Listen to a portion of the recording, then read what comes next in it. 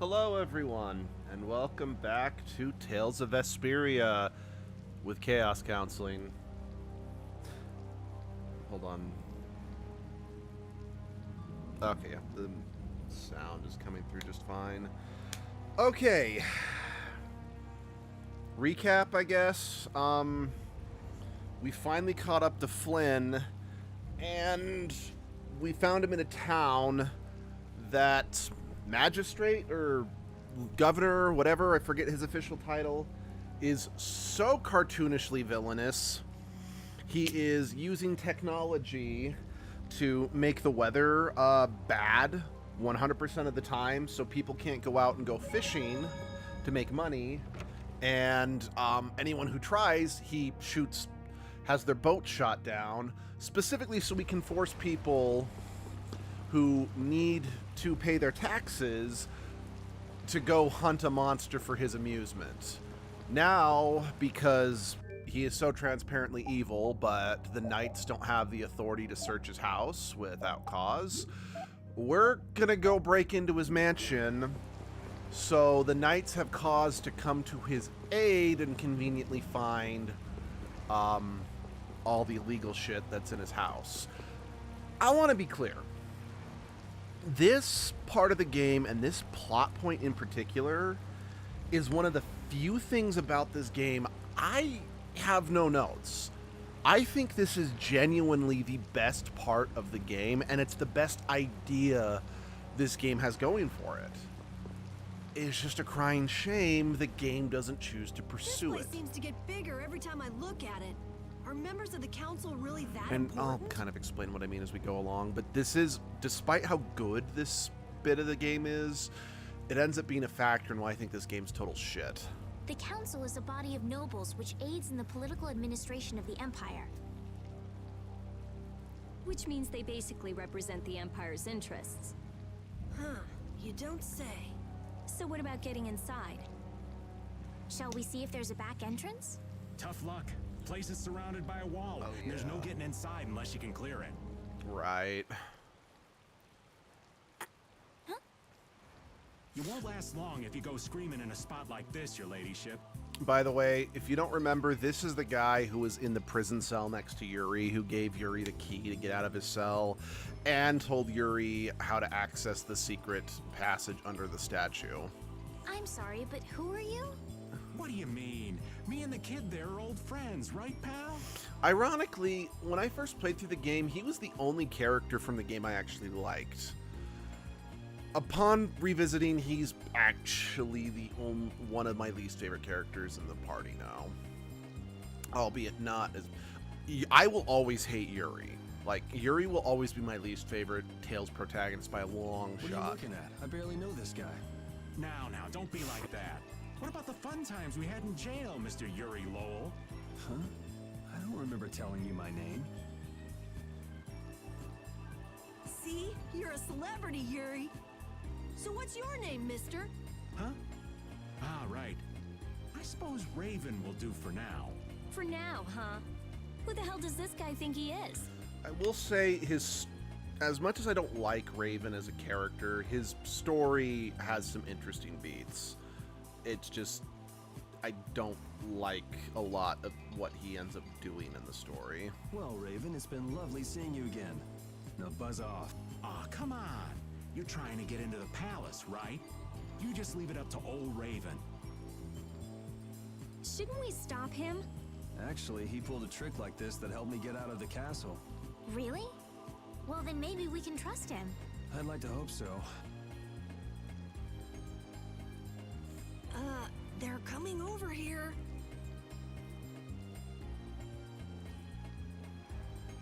But why?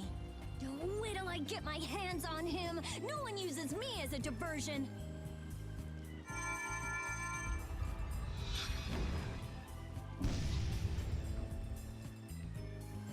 There she goes again with the magic. Now what? Now we go inside. What else? We just got rid of the guards and all. Whoa, not the front door. Let's see if we can get in from the side. So I just wanted to see if I could look around the other side, Yuri.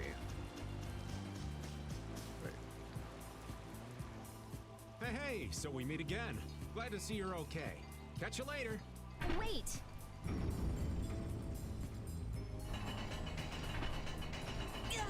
It's going down? Yeah, because comedy.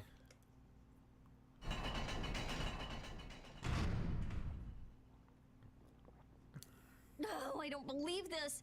You can't control it from down here.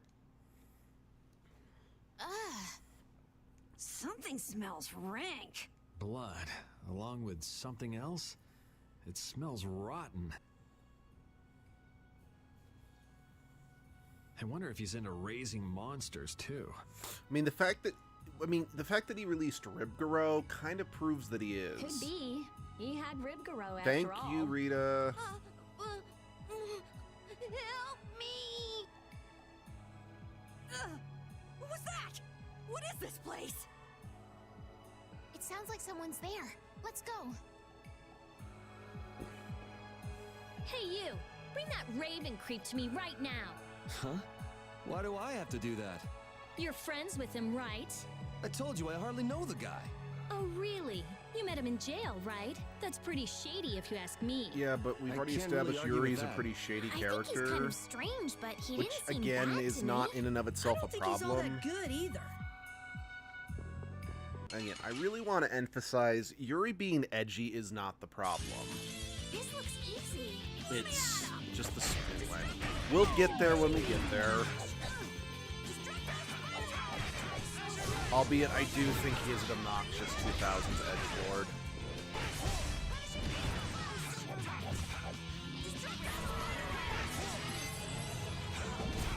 Were you fighting? 'Cause I felt nothing.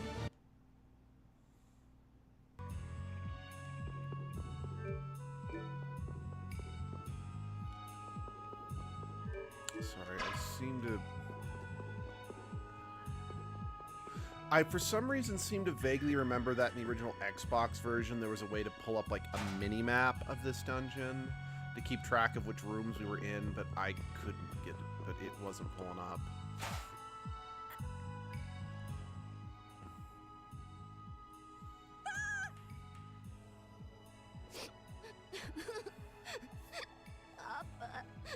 Mama.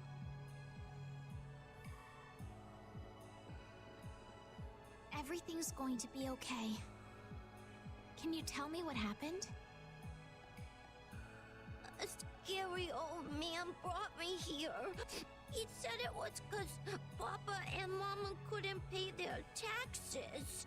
Do you think that this is the kid from before? How horrible. All of these boons. Could the monsters have done this? Papa, Mama, I want to go home. It's okay. Everything's okay now. What's your name? Holly? Come on, Polly, be a big boy. No more crying. You'll see your mom and dad soon. Okay, fuck you for reinforcing the idea that boys don't cry. Okay. I mean, to be fair, I get what he's trying to do, but seriously, fuck that. That's a huge part of the reason why men grow up with such repressed emotions and whatnot and don't know how to express themselves. It's because they're literally told they can't express themselves. I'm actually speaking from very personal experience. I even remember my dad and some of his friends where you're like, hey, boys don't do fill in the blank, they do fill in the blank. I'm like, fuck you guys. It's like, no wonder I didn't know how to express myself for so fucking long.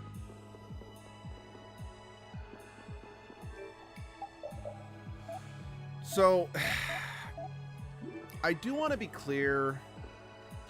Like I said, I like this segment of the game specifically because it's like, okay, this noble is so fucking corrupt, and there's really no one who's going to be able to stop him.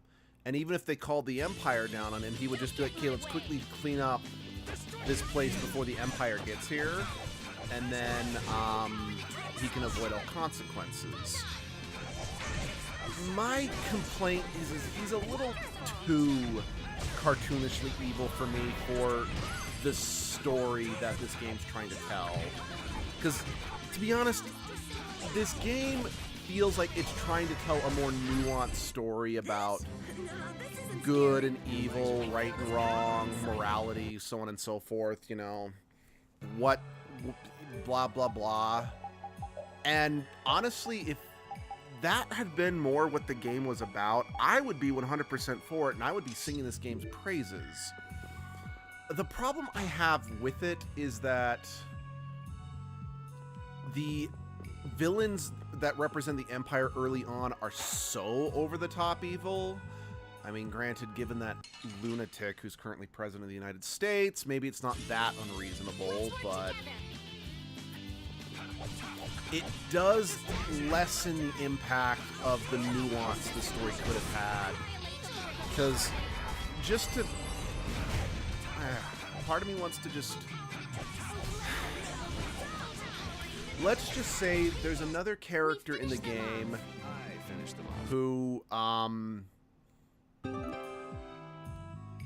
tries to do something similar to your... Okay, you know what? I'm not going to get into it. I feel my point will have more water if I just kind of let the game play out without spoiling too much about what's coming. But this really is a point that the game should have let play out a little more. Okay, hold on. Is there a way... No, there is... Why is strategy only something that only Yuri can do? Okay, stop using the orange gels, Carol. I need those for Rita and Estelle. You can still hit relatively hard. You don't need them. Pretty, huh? That's not what I was gonna say. Hold on, maybe... Let me check something. Maybe it's in the skills.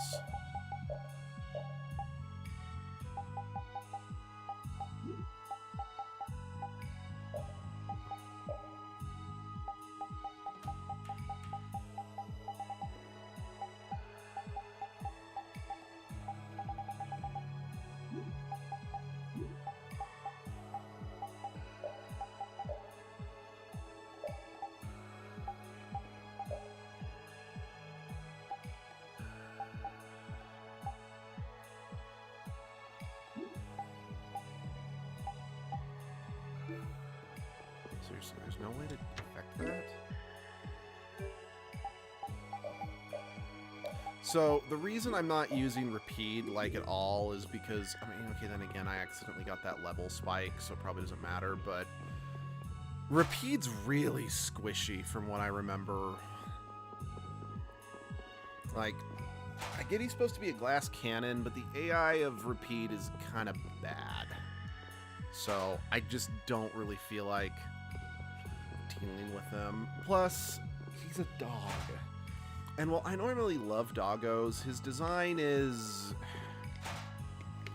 something they actually outright state at one point in this game is The reason why Repeat uses a dagger, smokes a pipe, and actually drinks alcohol is because Repeat doesn't identify as a dog. They don't use that term, but that's what it means. That's what they're saying. You know, and honestly, that in and of itself, I don't strictly mind. It just does suck some of the adorability factor out of Repeat. And since he can't talk, yeah, he's just not a character I care for. Because, again, just case in point. Because like I said, I feel this is the game that more blatantly borrows from, or more blatantly reuses ideas from other Tales games. Again, not that it's alone in this. Like, one of my biggest problems with the Tales games in general is that they love to repeat story beats and tropes a lot. But, again, the whole main character having a dog companion... Yes, I know a character having a dog companion is not original to the series, but once again, when it's reusing so many other ideas from Tales of Symphonia, I am going to compare Repeat to Nowish. It's just going to happen. And Nowish had way more character than Repeat does, because Repeat is just kind of an extension of Yuri, that whole edgelord, you know, 2000s edgelord. It's like, yeah, I'm too cool. I'm too cool for school, bitches, or whatever. Excuse me. So, it just, the end result is just, yeah, I don't care. You're a nothing character to me.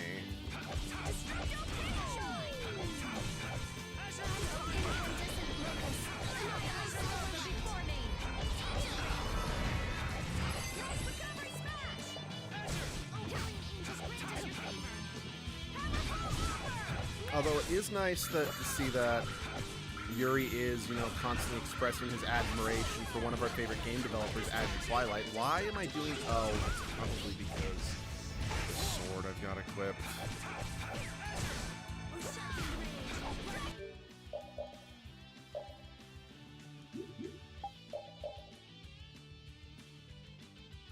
Oh, I didn't even bother to read the skills that I had equipped. So, we're not gonna do that. I don't need to learn that.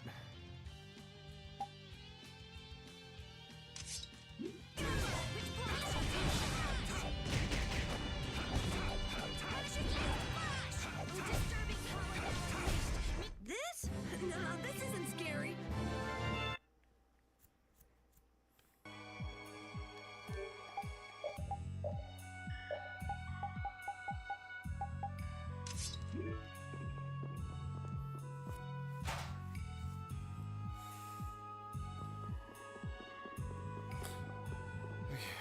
Again, I do want to state that ultimately the big reason I hate this game is not because I think... Yes, I do think a lot of it is just pretty bad, but it is also because a lot of it is just really good ideas that do not reach the potential they could, and dare I say, should have reached. Again, it's much less objectively bad, but it's more, it doesn't stick the landing, I felt nothing. and the game gets kind of pretentious at times. That's it, just thinking about it. I think this game's pretentious, and that's why I really don't like it. Because again, at least with something like Tales of Vesperia, or not Vesperia, Berseria, which again is the other kind of dark Tales game where you play morally ambiguous characters, it does stick the landing.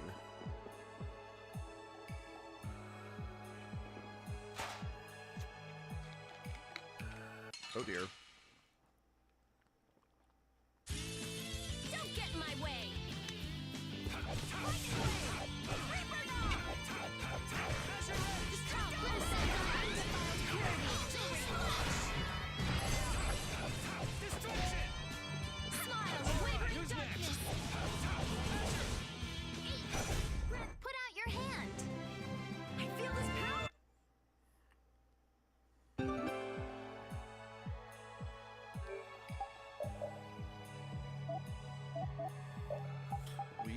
The power, we are divine. Let's go to the mall. Today.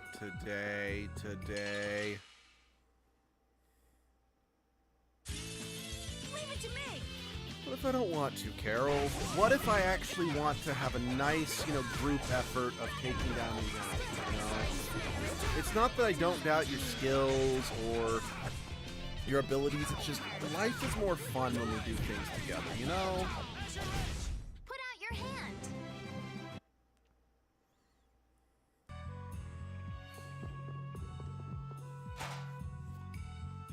Actually, hold on. I just realized I do not remember. I think it's collector's book, right?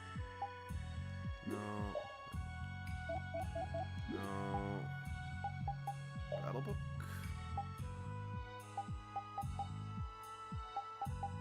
Over limit.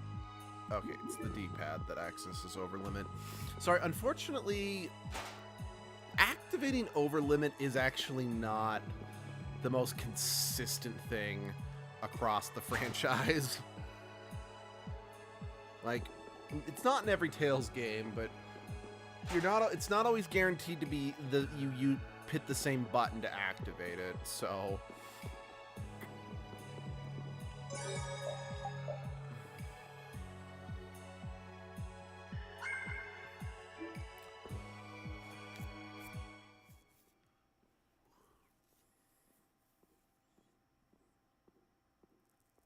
Well, what do we have here?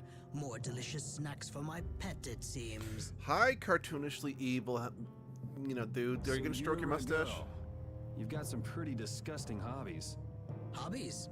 Oh, you must mean my basement. Only someone with my refined sensibilities could understand the pleasure I derive from such things. You're just like those senile old fools on the council. They bored me to death and never let me enjoy myself. It's the privilege of my exalted station to dispel such boredom with the help of the common people. You can't mean that's your only reason to do those things. Yeah, I mean, if he had more reason, he'd be a nuanced villain rather than just a cartoon character. I mean, again, given the piece of shit that the right-wing douchebags elected, I don't know why I'm acting like this is unrealistic, but Well, I suppose I should go and fetch Ribgaro. So many new toys. He ought to put on quite a show, though you may not live long enough to see it. There's no point in searching for Ribgaro. We've already taken care of him. What did you say? Are you deaf? I said we've already taken care of him. What have you done to my pet? If you had put a bell on it or something, maybe you wouldn't have lost track of it. Ah, well, with a bit more money, I'll soon be able to replace him. Rago, how can you say such things and still call yourself a servant of the Empire? What? You? But that's impossible. okay. Stay back! What do you intend to do? I admit that's an amazingly stupid image. Someone! Arrest these intruders! We'll have enemies all over the place if we don't hurry up and finish what we came to do. Hold it. What? Don't we need to create an emergency for the Knights to respond to? It's still too soon. First, we need some evidence. We've got to find the Blastia that controls the weather.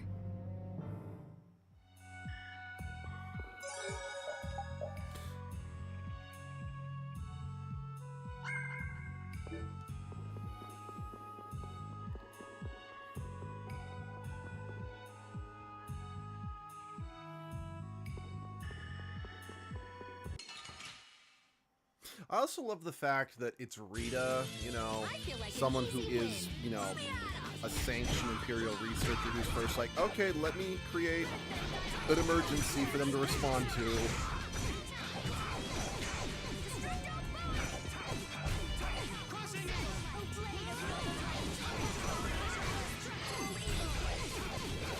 So, That was easy. by the way, I know I kind of said I'm probably going to go on a little bit of a schedule with my next streaming, you know, doing a Tales game, then a Sonic game, then a Dragon Age game, and I do still plan on sticking to that to a certain extent.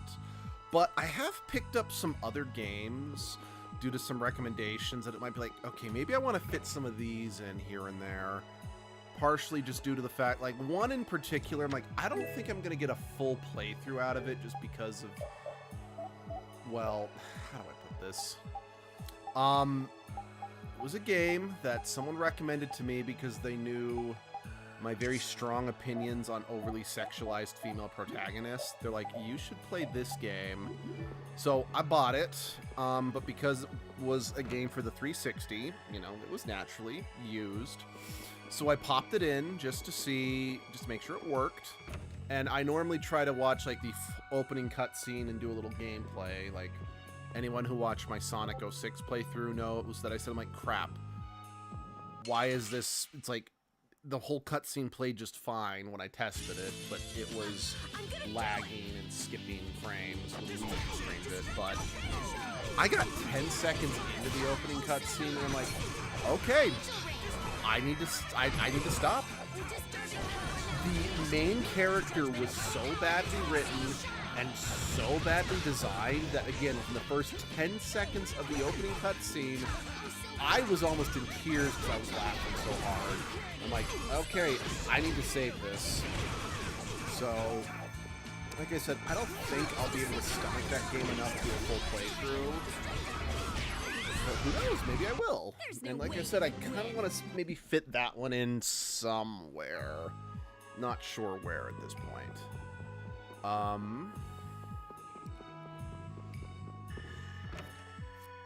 But then I've grabbed a couple of games. So way back when I played Lollipop Chainsaw, I know it's only been like a couple years, but a couple years to me at this point is way back. I made an offhanded comment that it kind of reminded me of another game that I had seen ads for when I was younger. And yeah, I did eventually track. I actually did find said, even though I never played said game, because, you know, it had overly sexualized women in it and being raised in a conservative Christian household. I'm like, no, I can't buy that. I'm a good boy. But I actually did find a copy of said game. Well, okay, the advertisements I saw for it as a kid or as a teen were for the Wii version, which from what I've read when I did a little says is the inferior version because the graphics aren't as good and you have to use motion controls, whereas the Xbox 360 version, which is the version I found and the version I bought, is better just because you use button inputs. But I'm like, I kind of want to stream that now too, just because, I don't know, it's on the brain at the moment.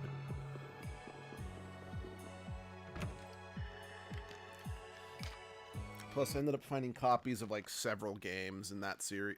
Oh yeah, I forgot about this. What a beautiful view. Who's there? What are you doing over there? What does it look like? I'm hanging around enjoying the scenery, matey. Oh yeah?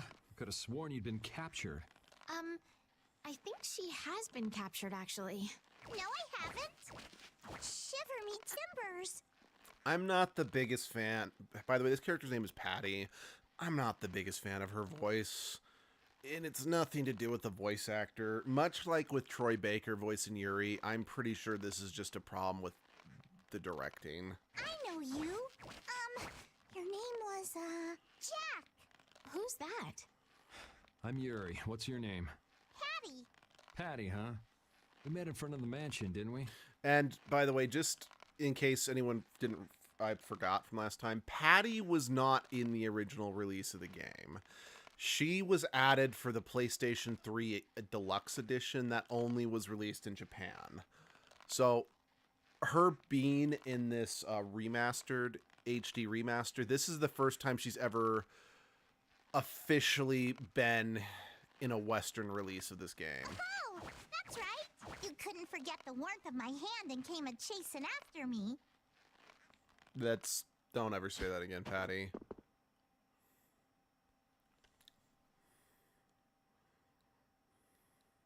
Hey, What were you doing here? I'm hunting for treasure. Treasure? In a place like this? Well, I guess it wouldn't be odd for that black-hearted geezer to have filched some treasures. So what do you do, Patty? I'm an adventurer. In any case, it's dangerous for a little girl to wander around a place like this all by herself. She's right. Why don't you come with us? I still ain't found no treasure.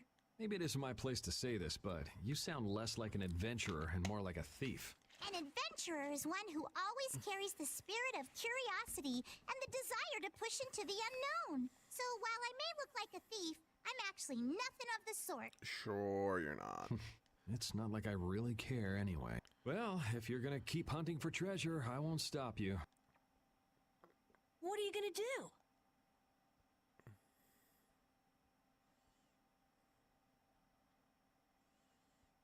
There probably ain't no treasure left in this mansion anyway. She's saying she'll come with us. Okay, then let's go. This is why I love. This is why Rita's my favorite character. What's what I'm looking for? I remember when I first got this HD version, I was actually excited to see what Patty's whole deal was, and that excitement didn't last. I find she's a little. I find that her story, well, not the worst. It doesn't like. What's it called? We finished them off. I actually really hate Persona 5 Royal. I prefer the normal version, even though it does have less content, because I genuinely feel the new characters don't add to the narrative and actually take away in some regards. I will say Patty's story is worked in better than whatever her name was for the Persona 5 Royal, because Patty actually interacts with all the characters except for the main one, but yeah, she doesn't do anything for me. I know that, I just realized that was a weird way to phrase that about a character who's literally a little girl, but I just don't feel, maybe she'd be better in the... I know I have the options to turn on the Japanese dub, and maybe I should, but I'm trying to present the game in the way that I experienced it, so you can see this version of the game. It's like, this is why I've always hated it. Because I can acknowledge maybe the Japanese voice, if I watched it in Japanese with the subtitles, that might fix some of my issues. Because I'm willing to bet Patty and Yuri's voices would be way better 100 years before you in Japanese. Again, I want to be clear. I am not saying that I think Troy Baker is... Oh, shit. What the fuck? I did not think... Huh. Apparently, I'd somehow accidentally left one of my alarms on.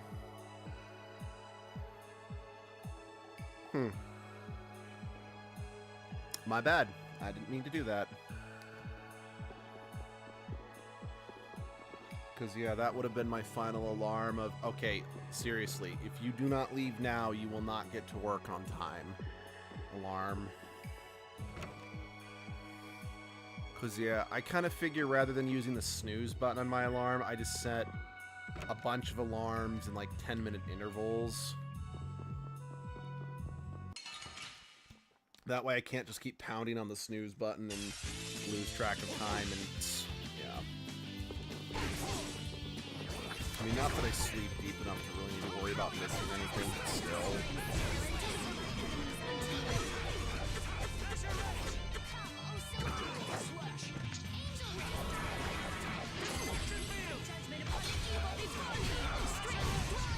Yeah, I beat you into... I don't think I have a new weapon for you, Repede, so you're probably... Yeah. But Rita doesn't have a new weapon either, so... All's fair... Oh, speaking of which... Again, this is one thing I do like about this game, the weapon variety with the player characters, you know? Because like in Tales of Symphonia, Lloyd only used swords. Venus only used kendamas, Rain only used staff, so on and so forth. The one who had the biggest weapon diversity was Kratos and Zelos, because they could use both swords and daggers. Because, I mean, technically, it was supposed to be Kratos used swords and Zelos used daggers, even though they could use both. But, I like the fact that in this game, yeah, Rita uses scarves, sashes, and whips. Yuri uses swords and axes, and, you know, he can also use rapiers, which Estelle can also use. It's like, the weapons in this game, despite... Wait a second. There, that's better. The weapons in this game, despite how much I hate the way Yuri carries his sword, is good. Like, that is... Okay. I have admitted this, I think, in the last stream, and I do want to reiterate it here. Out of Tales of Symphonia, Tales of the Abyss, and Tales of Vesperia, which are the three Tales games that are the most similar, at least out of the ones I've played. I guess Tales of Cards R is a little similar too, but it's different enough in other ways that I don't include it in this conversation. I was just getting warmed up. This game is the most satisfying to play. And to be fair, one of the things I do often hear about this game when it's talking about its praises is it is the most comfortable to play. Because it does have the best combat, interface, blah, blah, blah. But that's because it was made last out of those three games. The treasure be worth it, even if Either it means way. putting myself in great danger. What kind of treasure is it? I do want to be clear, I'll give it that. It's the great treasure that was hidden by Eifried. That's another reason I was a little excited when Patty was introduced, is because Eifried is a reoccurring, maybe not maybe character's the wrong word, but it's a reoccurring name. Kind of like how every Final Fantasy game, for the most part, will have a character in it named Cid. There is often a pirate named Eifried in the games in some capacity. Because like in Tales of Symphonia, Eifried was involved in a subplot / side quest. And while he was name dropped early in the game, his main purpose in the game was to get Lloyd his pirate costume. In Tales of Berseria, Eifried was the captain of the ship Eisen was on, and finding Eifried was a major motivationer for Eisen. So the fact that Eifried wasn't in the original game, but Patty's storyline adds it back in is kind of nice, at least. Like I said, I don't think Patty's story really pans out in a satisfying way, but as someone who loves reoccurring little nods like this in media, I am glad it's here. Eifried? As in, the legendary pirate Eifried? So he's famous? You haven't heard of him? He's an unspeakable villain who ravaged the seas. The Dread Pirate Roberts. Eifried, the boss of the pirate guild Siren's Fang. The Imperial Knights are after him for attacking an immigrant ship and slaughtering hundreds of civilians. None know his whereabouts, but many say he's already died. It's known as the Black Hope Massacre. I've heard that it was an utter nightmare. Well, that's what they say. What's the matter? Nothing. What do you want all that treasure for anyway? What do I want it for? Shouldn't that be obvious? I'm going to find that legendary treasure and become a famous adventurer. Even if it means putting yourself in great danger?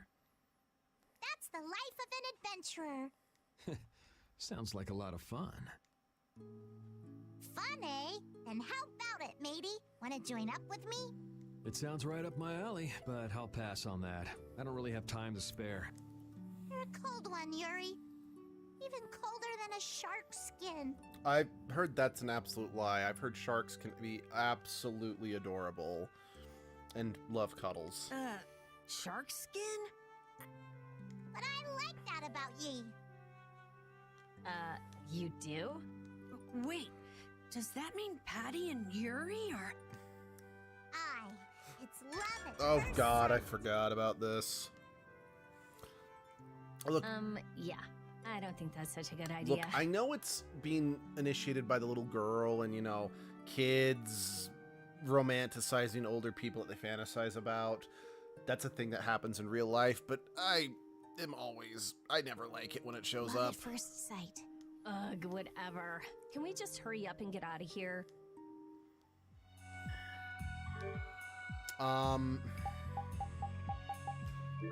I also think, and I don't remember, because again, Ifrid was only introduced in this HD version. And I mean, Abby and I didn't actually finish our playthrough because Abby eventually was like, never mind, you're right, Luke, you had every right to hate this game, and then we quit out of frustration. So, I've only seen the game with Patty once and not all the way through, but I think what they were doing with Patty's story, like that whole thing about the whole, Ifrid massacred an immigrant ship or whatever, I think, if I remember correctly, We finished them off. that's something the Empire was actually pinning on Ifrid. Sorry, I know this is kind of a spoiler, but fuck it, I don't care. This ties into a complaint I have, and I really wish they'd leaned into that a little more. Because they definitely show a lot of the corruption of the Empire, but they don't explore it well enough. At least in the overarching narrative. I mean, again, they make it very clear that the Empire is corrupt and it's corrupt. Like, that is not a failing. Like, they make sure that you know the Empire and the people. I mean, again, Rago is meant to be symptomatic of rot in the fundamental core of the Empire. I do just wish he was a little more nuanced because it would make the story have a little more meaning in my opinion. Words. We performed marvelously. These are the threads that Words. It's just, I wish the narrative itself supported that more in the through line. Because if the game had stayed just about the rot in the Empire, this game would be amazing. Once again, the problem is that the Tales series has to have a larger-than-life, Is this the Blastia we're looking for? end-of-the-world story, so this does get sidelined a bit more and more as the game goes on. And it's unfortunate, because it's one of the reasons why this game pisses me off so much. Strim, Latos, Rockra, Fleck. They just patched together Blastia with different formulas. This formula could manipulate the weather, but how could they use them like this? It's just like at Emmead Hill. They don't have the slightest respect for what they're working with. This is just what we need for evidence. Rita, shouldn't you finish that later? Just a bit more. I just need to check a few more things. You can have Flynn give you a look at it after we're done. Let's get busy with our emergency. Let's just break something that won't be missed. All right. I don't know what's going on, but I'm gonna help out too. No, you're gonna stay right here. Oh yeah, I wonder, that pistol that she whipped out, I kind of wonder if that was the design inspiration for Ifrit's pistol in Tales of Zestiria and Berseria. Oh? 'Cause, I mean, pistols are not necessarily something that's used frequently in the Tales franchise, outside of maybe villains who just happen to have guns, you know? Oh, damn it!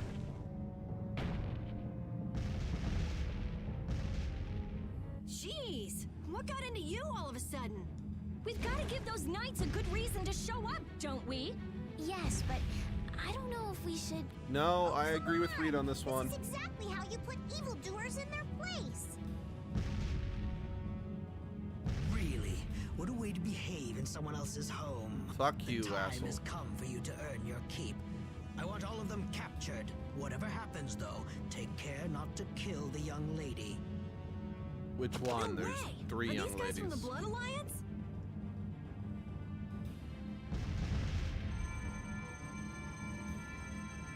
And here's another one for you.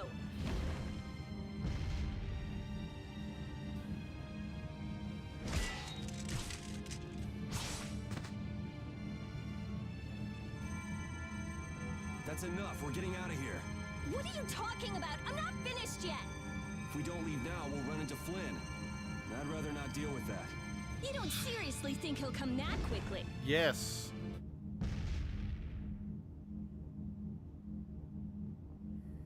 Magistrate, I don't know what's happened here, but allow us to offer our assistance. Flynn! There, see? He's certainly enthusiastic. Oh yeah. This is our first time seeing this character. And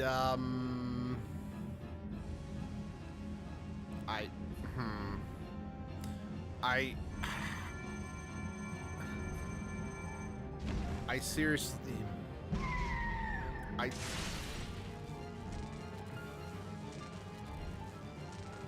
You! What the hell do you think you're doing? How dare you destroy those Blastia? There really is a person riding a monster. Wait!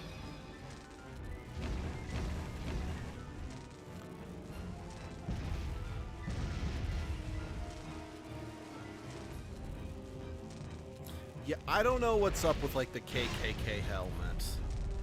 I know that the actual KKK outfits are based on actual armor from papal history, but I really wish He'll that get outfit away. didn't have Prepare that. my ship.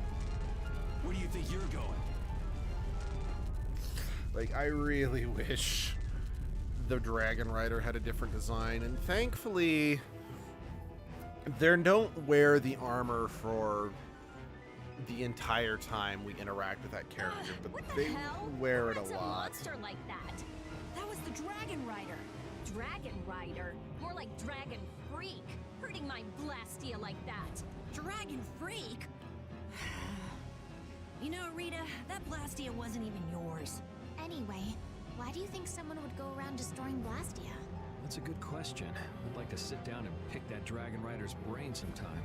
As if you could have a normal conversation with someone like that. This is where we have to part ways. You're gonna go get that bad Rago person, aren't you? Yeah, we want to hurry. It's okay. I can go home by myself.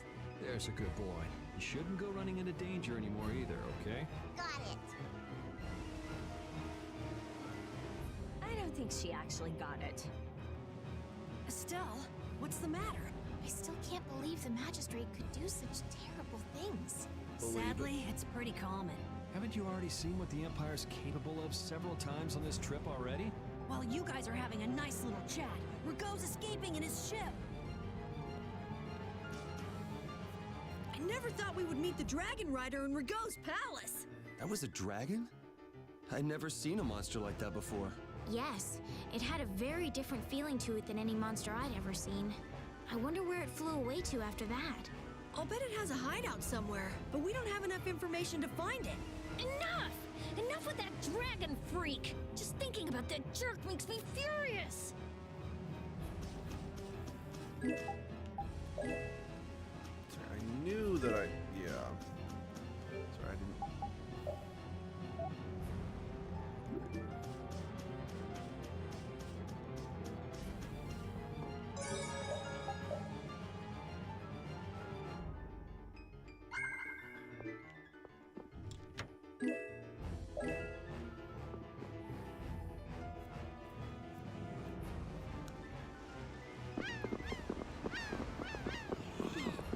What the hell am I doing here?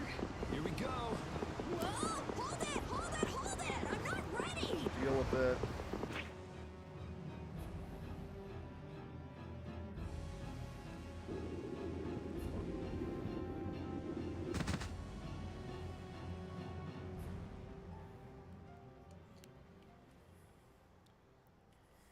These are all Blastia cores. Why are there so many? And they're all just cores. I have no idea. We don't even have this many at the laboratory. Could this be connected to the core thief? Could be. But I thought the one behind everything was a huge guy with one eye. That doesn't fit Rago at all. Then he might not be the only one pulling the strings. I wonder if the core from the lower quarter is here someplace. Sorry, none of these are big enough.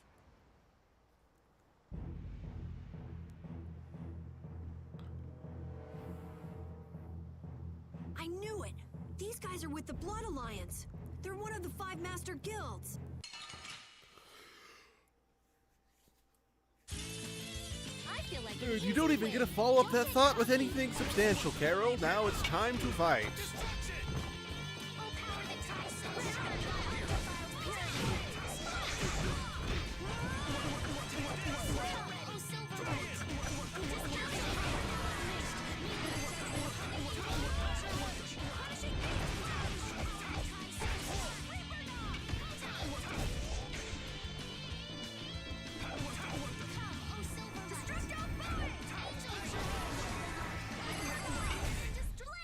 Are these guys connected to the Blastia Thief too? Just what is the magistrate up to? Evil! That's what he's up to.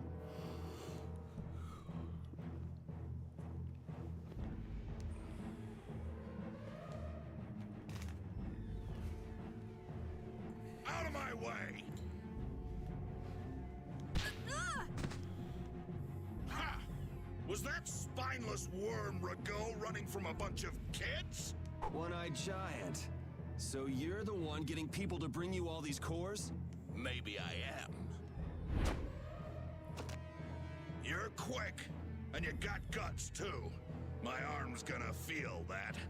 Wish I had you in my guild. How flattering. But it's pushy guys like you I have to watch out for. Upsets the harmony of the guild, see? Nothing personal. Barbos, what are you waiting for? Dispose of these brats. I did all the work you paid me for. Besides, the Knights will be here soon. Rather not have those guys following me around. Next time we meet, you kids won't be getting off so easy. Wait, he's still inside. Damn. Soggy, we'll leave the rest to you. If you remember, Zoggy is that freak from the opening of the game. Who is it? Who do I get to kill this time? You're the one from the castle. Looks like we're stuck with this guy.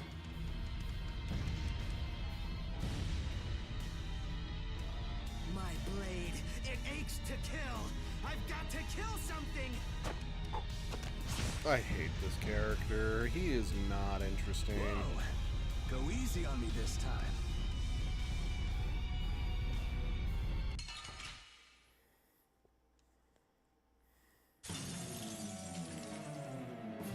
You think you can kill me?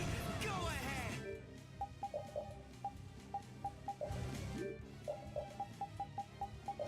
Try it. Trust me, I will. We won't lose. Yes. Cry out. Writhe in pain. Die for me. What the hell are you trying to do? Please, we have to catch Rago.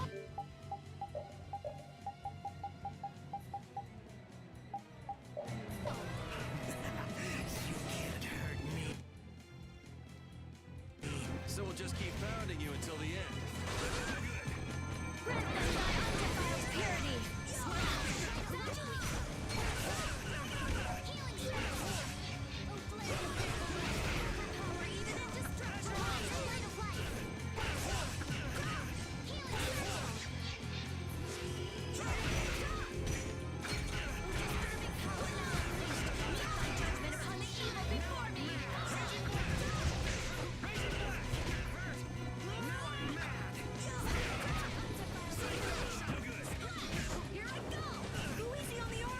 Guess I overdid it.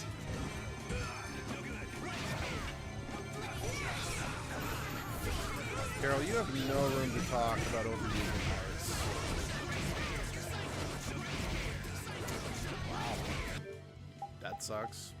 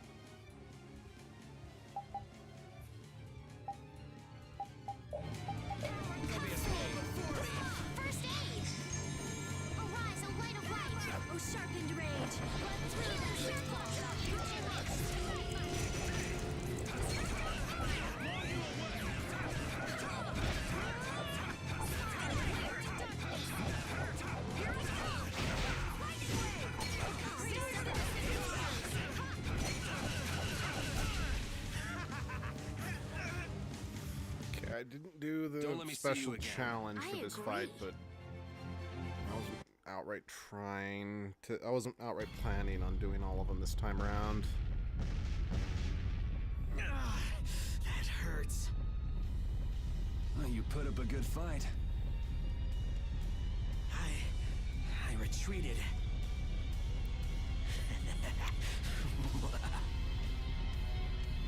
You're tough. Yes, tough. You're definitely tough. I certainly won't forget that, Yuri. I'm going to kill you, Yuri. Gonna Hey, at carve least you he into knows little that we're pieces. Yuri, not Don't Flynn move a now. So muscle. that's progress.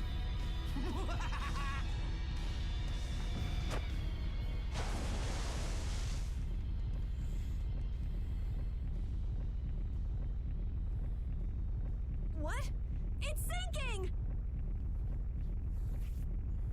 Everyone into the water! Is anyone there? Yuri! Esteliz, no! But... Shut up and jump! Excuse me.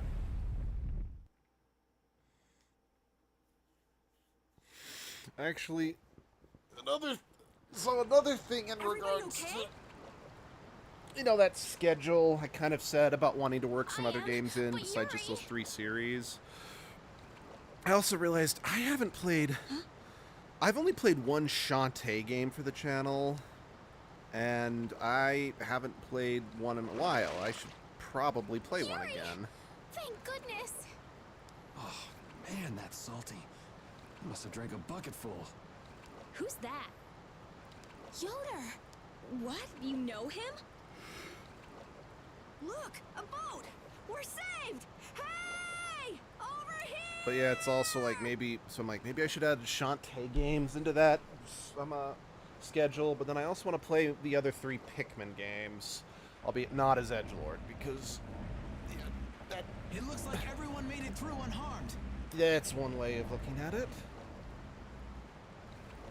Master Yoder! Wait, I'll pull you out. Sodia, give me a hand.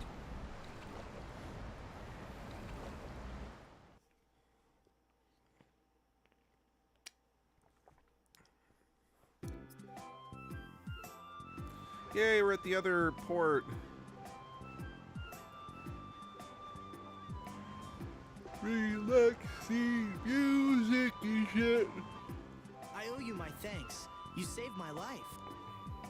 Hey, who is this guy? Well, you see, I've made arrangements at the inn. We can discuss things further there. You'll come, won't you?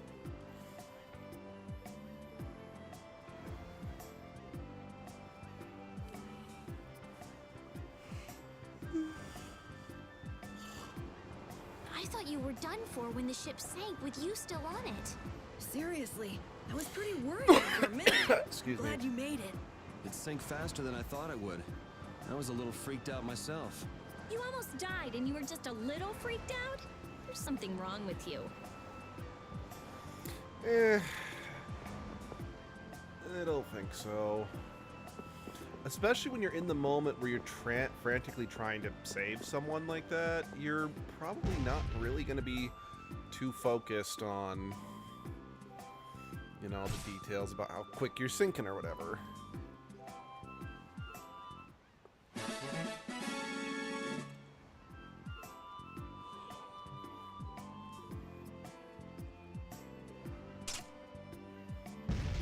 Fabu. Yuri, you sure know a lot of strange people. Like that Raven guy we met at Kapua Nor? Or that Zoggy weirdo who attacked us. Weirdo is putting it mildly. What's his deal anyway? That's what I'd like to know. It's nice to have fans, but this is ridiculous. It looked like he went down with the ship, though. Maybe that was the last of him.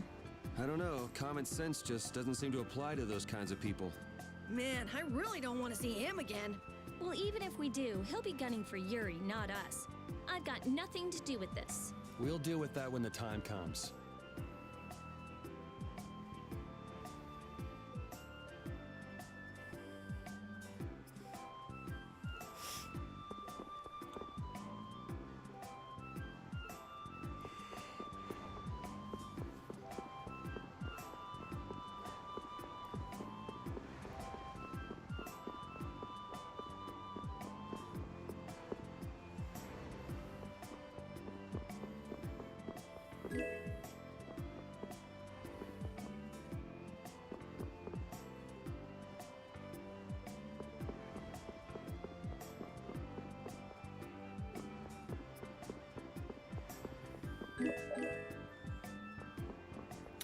So yeah, I have been rather excited, given that I'm going to be playing more Ages I'm going to be playing Ages tomorrow, since I finished Seasons last week, and I started Ages, but didn't really get that far into it. Since between the two games, I do think Ages is the better of the two, but I'm also a little concerned because it's the one I've played less. So it's probably going to take me a lot longer.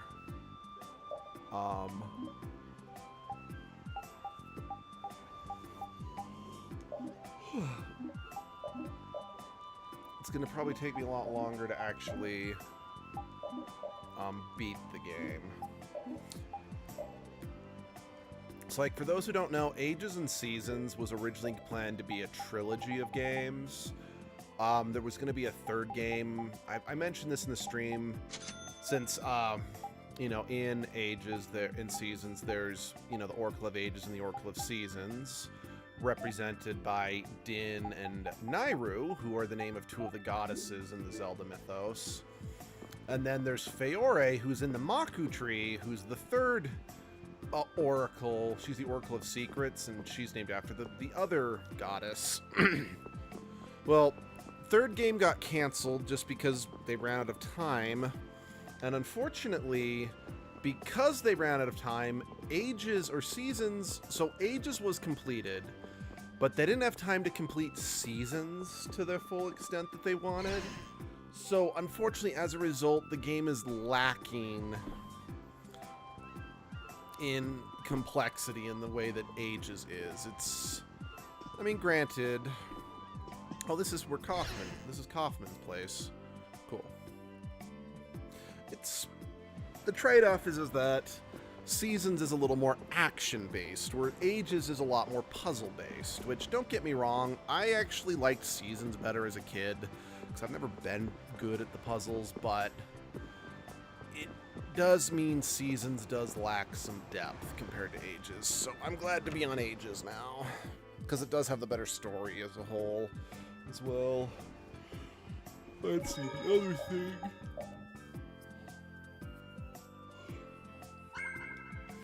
Although, that being said, the boss fight of the Unicorn Dungeon, worst boss fight in any Zelda game, at least that I've played.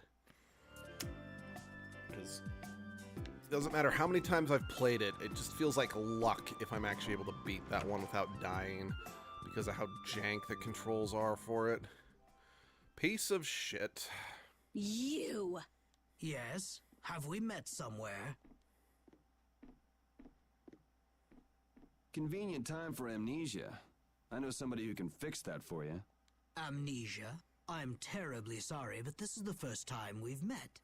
Are you crazy? Magistrate, your crimes are undeniable. These people have seen everything. As I've just been explaining, someone had assumed my identity and was trying to ruin my reputation. It was most upsetting. Liar! I saw those people you fed to the monsters with my own 2 eyes! Well, Sir Flynn, who are you to believe? These young ruffians or me, a member of the council? Flynn.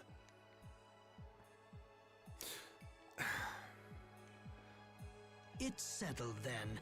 I bid you all good day. This is the reason why the Rigaud needed more nuance. Because him being able to just get out of those charges is meant to reflect bad on Flynn, because he's like, Flynn's trying to still follow orders and be a good knight so he can affect change from within. Who does that guy think he is?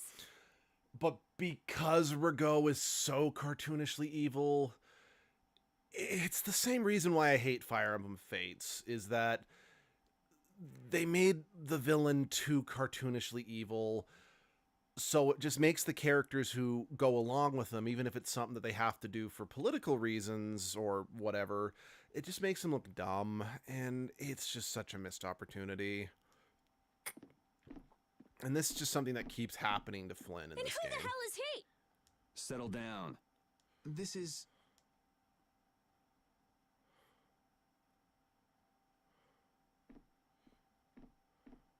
This is His Royal Highness Yoder, candidate for the Imperial throne.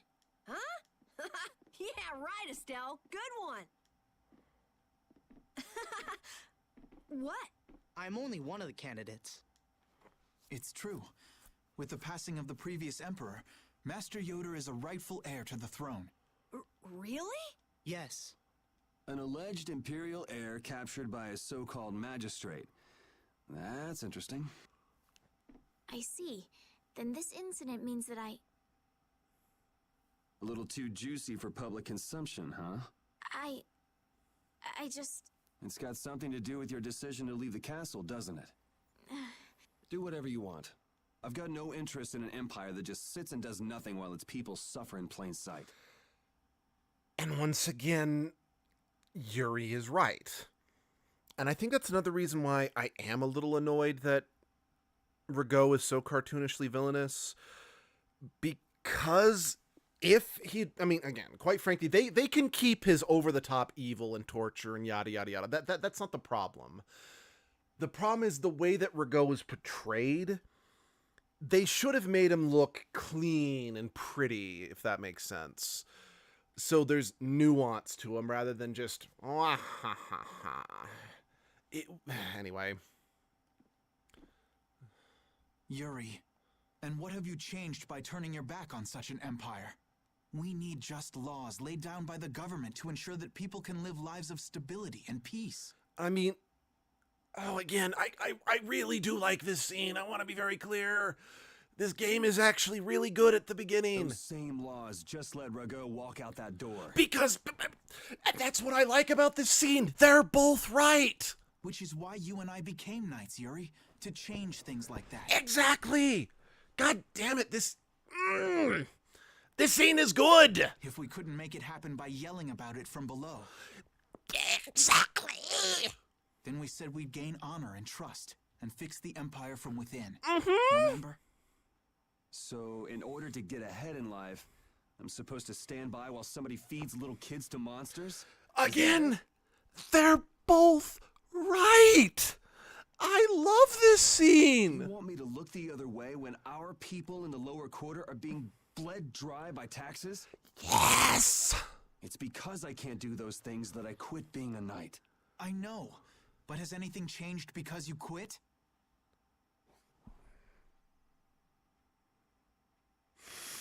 Again, yes. Lynn's right. How is anything different than it was before you joined the Knights? It's not. Wait, I'm coming too. I've done it again. I only want for him to move on with his life, to quit sitting around. Flynn,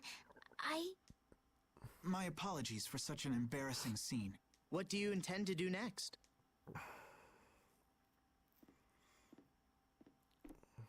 would it be all right if I go with him? Why? I feel like so much has changed during my travels with Yuri. The Empire, the world, I've changed as well. Lady Estelise. Understood. You there, young man. Who? Me? Tell Yuri to take good care of this young lady. Okay. Is it really all right? I would rather do the job myself, but I'm afraid my current duties won't allow it. And as long as you're with him, I can be certain you'll be safe. You believe in him, don't you? I do. If you guys are finished, can we get going? We'll lose him if we don't hurry. Again, honestly, I think that's the best scene in the game. Damn, he knows how to get to me. I know better than anyone that nothing's changed. Again, I do take some issues that he just kind of goes out and complains. Guess I should look for clues about the Blastio Core. I am grateful it's just a little fuck. Ugh, I know that I haven't done anything. But then he just gets back to it. The way he looks, Barbo should stick out like a sore thumb walking around in town. It'd sure help if anyone saw where he and his gang were headed. Come to think of it, I wonder what happened to Raven back in Rigaud's palace. I guess he panicked and ran when the Dragon Rider and the Knights showed up.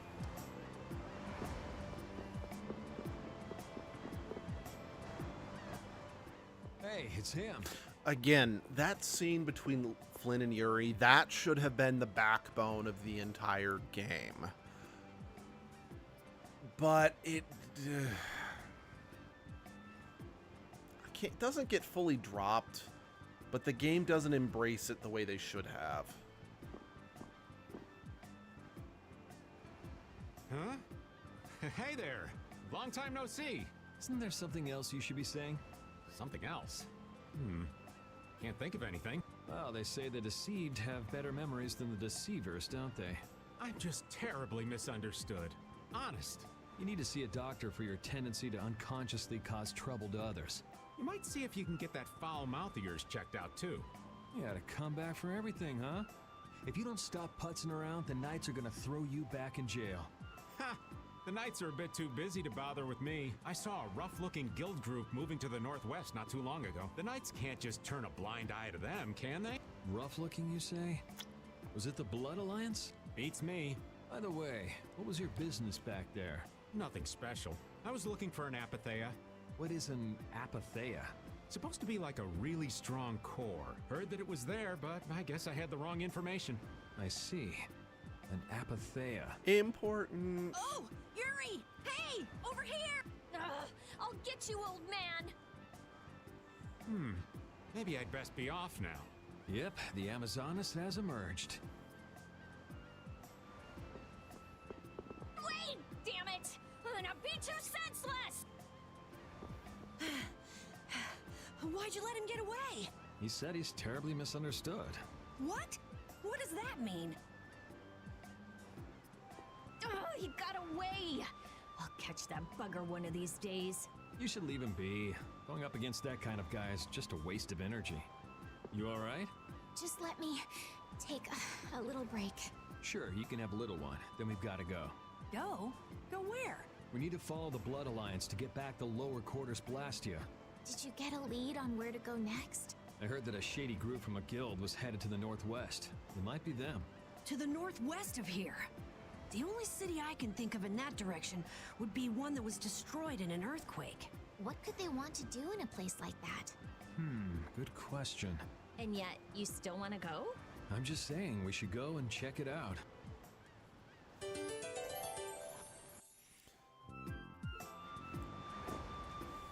Hey, Carol, do you know anything else about that city you said was destroyed in an earthquake? Just rumors. Supposedly it was some guild's headquarters about 10 years ago. Which guild was that? Sorry, I can't help you there. I've never heard of an earthquake that destroyed an entire city. Well, Ospio is across the ocean. Maybe the information just never made it that far? I wonder.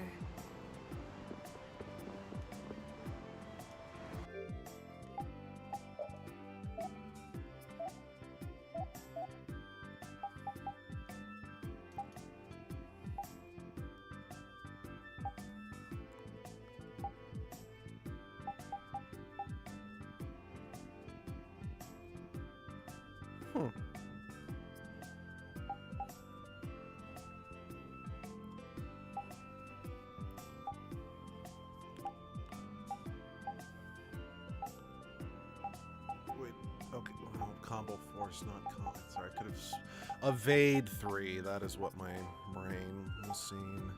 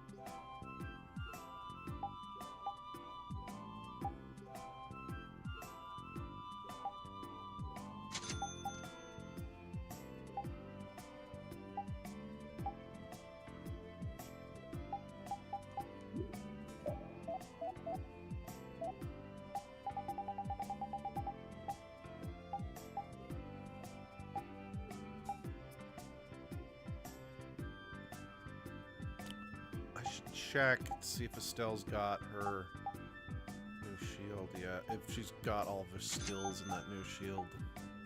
Because if so, I should just equip it. Nice.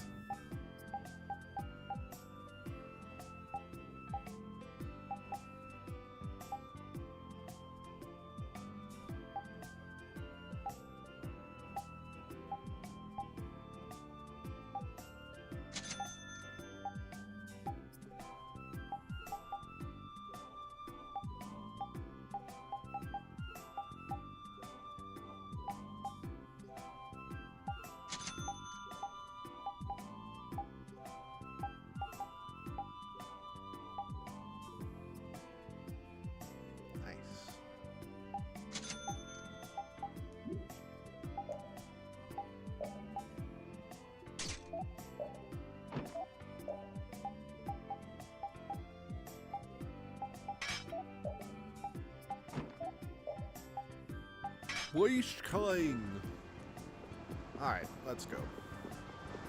And again, I like the fact that the alternative weapons show up on the character models. Because, like, Yuri's gauntlet, he actually is wearing it in all the cutscenes. Carol's bag swaps out. I don't think there's any other characters whose secondary weapon physically appears on their model like that, but still, I like that. I like that it's there. And I do want to acknowledge that.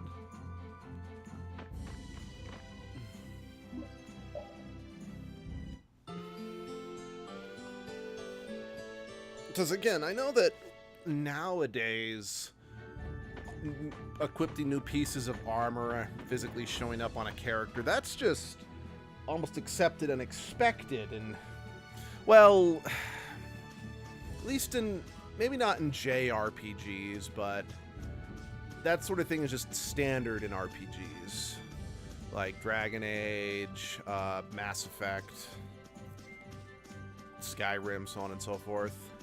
But still, as someone, this was the first game I played that had that, since, like I said, Tales of Symphonia was my first, like, RPG that I played that wasn't like Pokemon or for super little kid, for younger kids, like the Mario RPGs.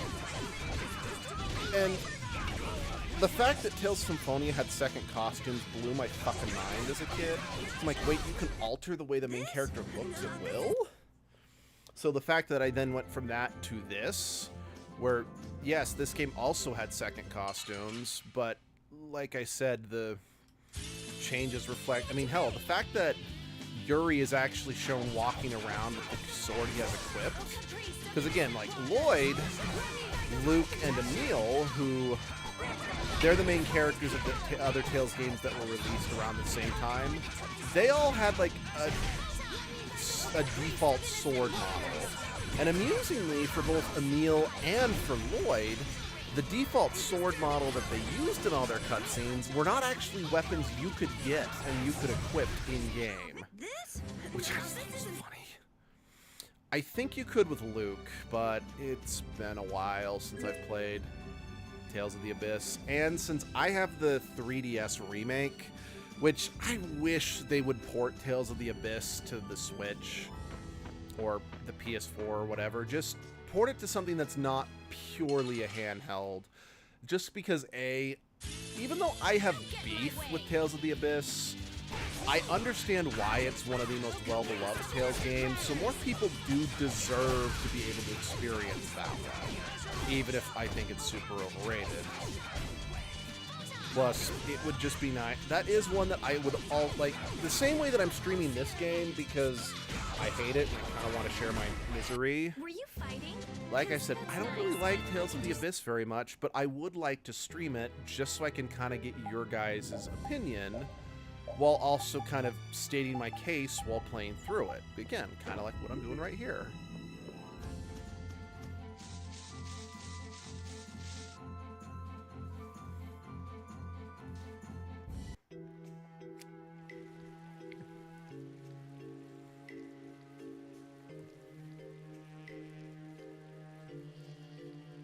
Right, Kara Bakram. This place is a total wreck. Do you seriously think anybody would come to a place like this? I wonder if we've been fed some false information again. Again? That's far enough! This area is under the jurisdiction of the Hunting Blades. That voice! These measures have been taken to prevent the injury of innocent bystanders. Nan! All right! I finally found you! Are the Chief and Tyson with you? Have you guys been getting along okay without me? Don't take that buddy-buddy tone with me. Aw, don't be like that. I only got a little lost. A little lost? That's a good one. You know you just ran away. I didn't run away, I swear! Still making excuses, huh? It's not an excuse. I beat an egg bear just like I said I would. More lies. I mean it! Is this how you repay being taken in by the Hunting Blades? Remind me who it was that said, "I swear I won't run away this time." You always run and hide at the first sign of trouble. You've been kicked out of every guild in the book. Shut up! You shut your mouth! Huh! Even we've already fired you. Wait! You have been warned by the Hunting Blades. Leave this area at once. If you fail to heed this warning, you do so at the risk of your own lives. Nan! This still doesn't explain what the Hunting Blades are doing here. Good point. Rita, wait! Are you forgetting about the warning? She never said we weren't allowed to enter. But what about the risking our lives part? Are you implying that I should listen to that brat? Don't make me laugh. At any rate, the Blood Alliance doesn't seem to be here. Let's have a look around.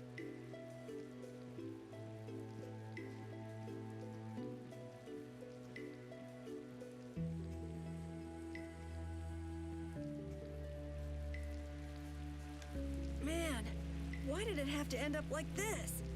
They said I was fired. Carol, keep your spirits up. I can't be happy anymore.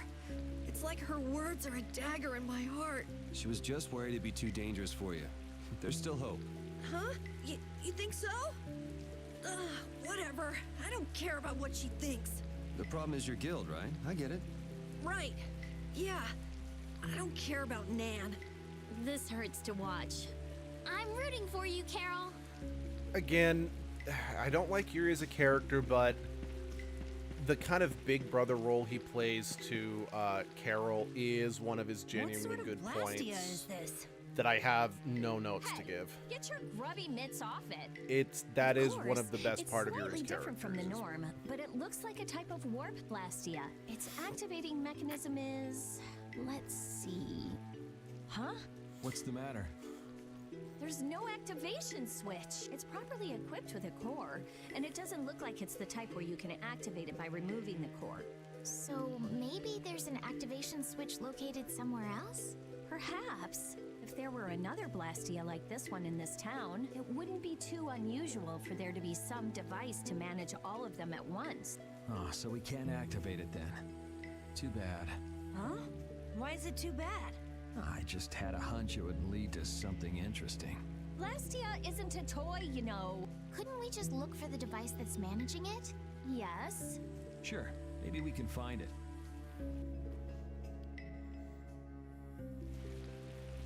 Yeah, sure, we can fight. Guess we can do this.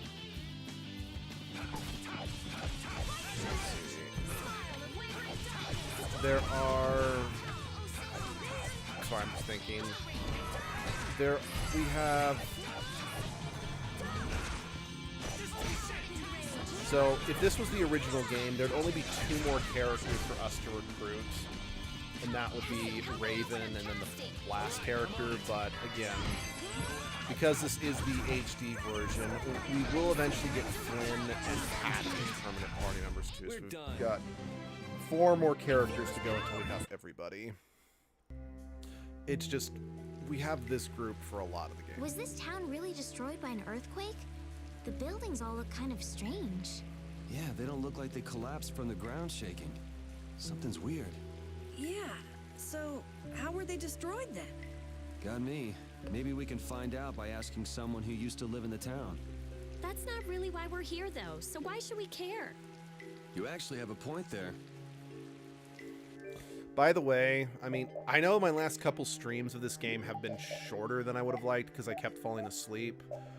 However, I've got to take my car in to have it looked at as soon as the place opens in about an hour and 15 minutes.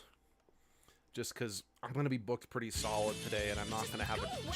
Because I need to get an oil change, and since I use my car to commute for work, I need to stay on top of that. So I do just want to give everyone a heads up that even though I'm actually doing a good job staying awake today, I do need to cut... We're done.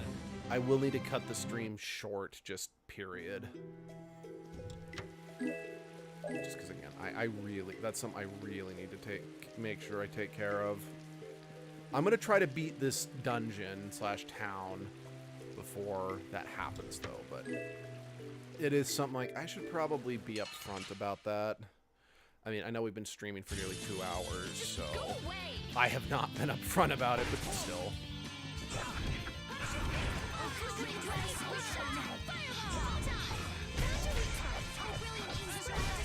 This? No, this isn't scary. These are the threads that we've...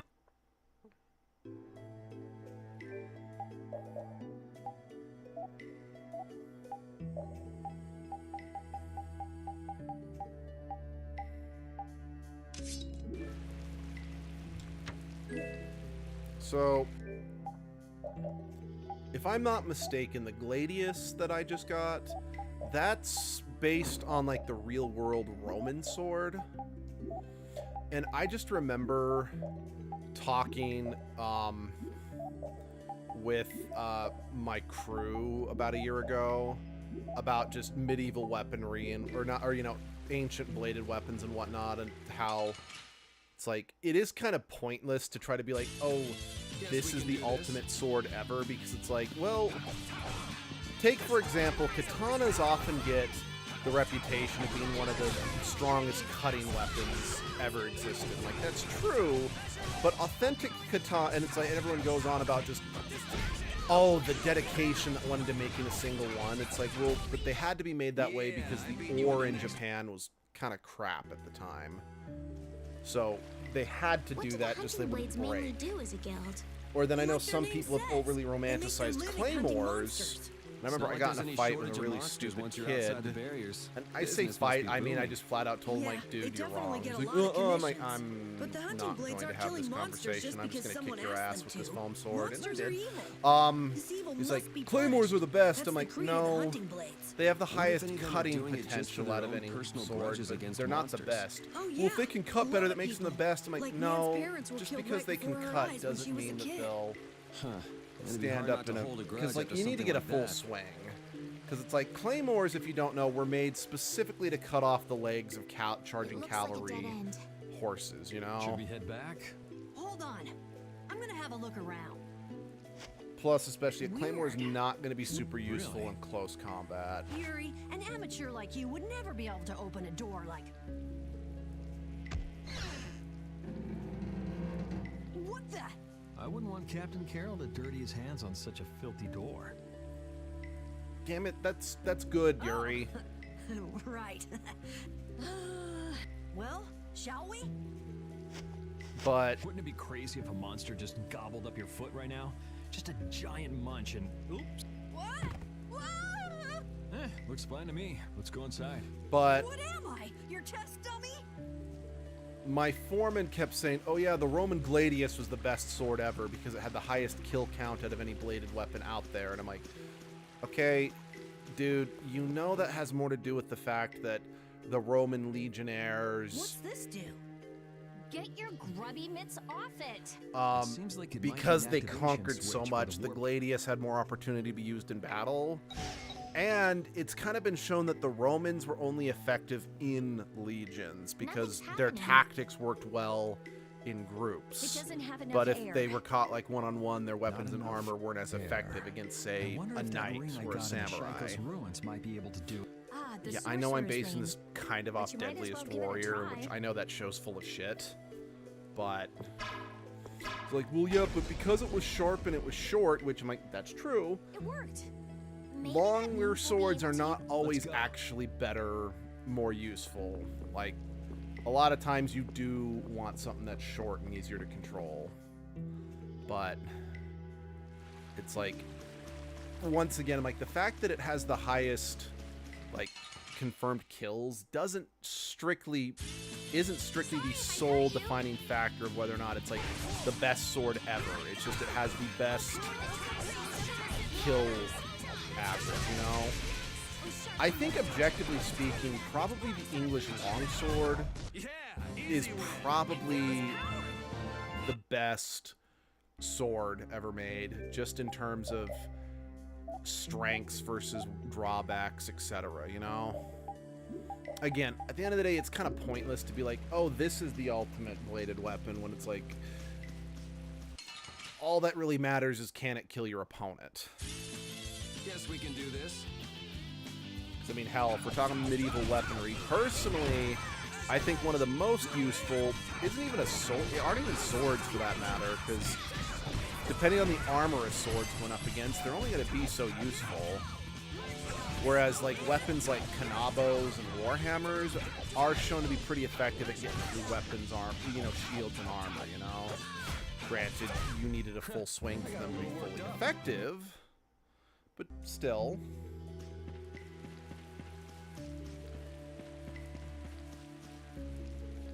Oh, it's working. So that was the activation device after all. Then hurry up and... Hold your horses. This is just like in the Shaikos ruins. If you don't fill up the core with air, it won't work. Ah, so I should use the sorcerer's ring. Right. Again, this is something that I know I've mentioned before, but I'm going to say it again. I don't know why the Tales series stopped using the Sorcerer's Ring in Tales games. And I mean, I get that they were trying to just not keep reusing a mechanic over and over and over and over and over again, trying to make the game stale. I mean, because even I've admitted part of the reason why I really disliked this game was because it had too many elements that were similar to Symphonia, so I was mentally constantly comparing the two games. But at the same token, I got a little worked up. there is something to say about, like, familiar elements in a series that function as, like, a mental comfort food. I mean, it's part of the reason why I genuinely don't... I know this is a dumb thing to say, but one of the reasons I really don't like Tears of the Kingdom or Breath of the Wild, they don't do empty bottles. I know it's because you can just cook food and use those for your healing items or whatever, but there really was something to be said about playing Ocarina of Time or Majora's Mask or Wind Waker Were you fighting? when you just happen to be like, wait, I just got an empty bottle from this quest. There's just something... like, very little could top that level of excitement that you'd get as a kid when you got something like that, you know? Then again, I'm probably biased just because I think Ocarina of Time is one of the most perfect games ever made.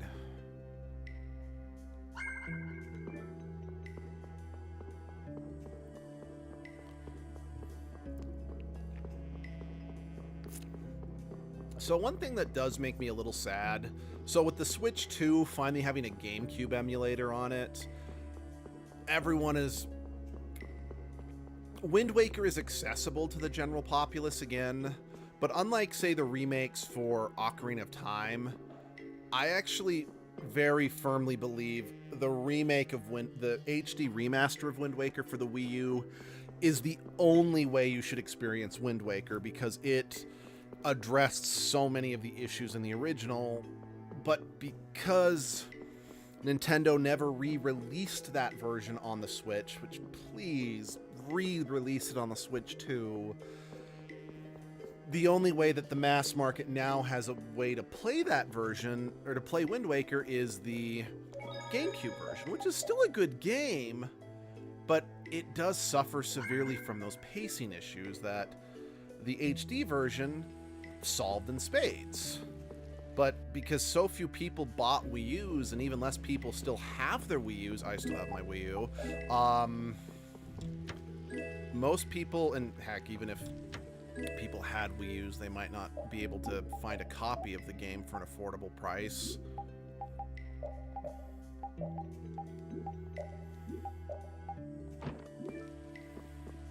But yeah. Oh, my knee just popped. All right.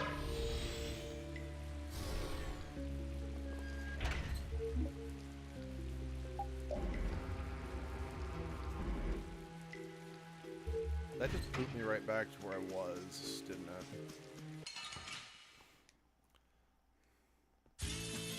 Yeah. Could you be any weaker? Now, I know that they, like, the remake of Twilight Princess is also stuck on the Wii U, but I'm less in love with that version of the game, partially because, A, it added some weird stuff, like the stamps that was used strictly for the Miiverse stuff, but the Miiverse stuff is gone. I mean, honestly, even then, the Wind Waker for the Wii U is the one that suffers more by having the Miiverse gone. Because I loved the fact that you could share pictures that you took on the Miiverse stuff by throwing them into the bottles. Meaning that, hey, if you got a really difficult picture to take in order to get a figure, you could throw it in a bottle and help out someone else. Like, that's actually how I got a bunch of the harder to get figurines when I played HD Wind Waker back in the day. But that's features long gone now.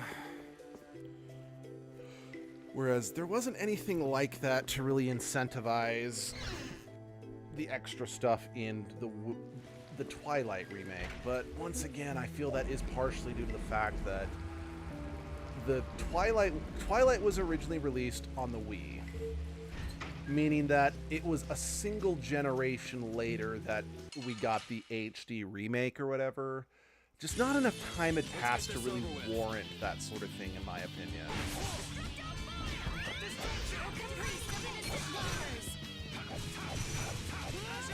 But even then, I still would love to see the HD remaster of Twilight get a modern port, so it's not stuck on the Wii U. Like, honestly, I think one of Nintendo's better decisions in the last decade is by porting some, successful games that were locked to the Wii U to the Switch to let more people experience those games. Because I know, like, what's it called? The Wario? I mean, okay, to be fair, the Virtual Boy had much less of an impressive library than the Wii U did, but I know some people say that, like, one of the Wario game that was released on the Virtual Boy is a genuinely good game, and it's truly a shame that most people at the time never got to experience that, because again, it was locked on the Virtual Boy that no sane person should play just because of the red lights that would just give you eye ache or whatever.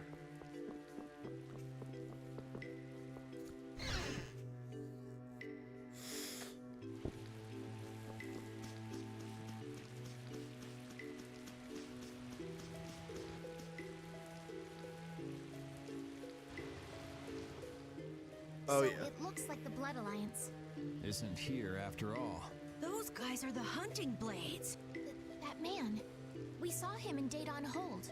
Ah, now that you mention it, we did see him. So he's the leader of your guild then?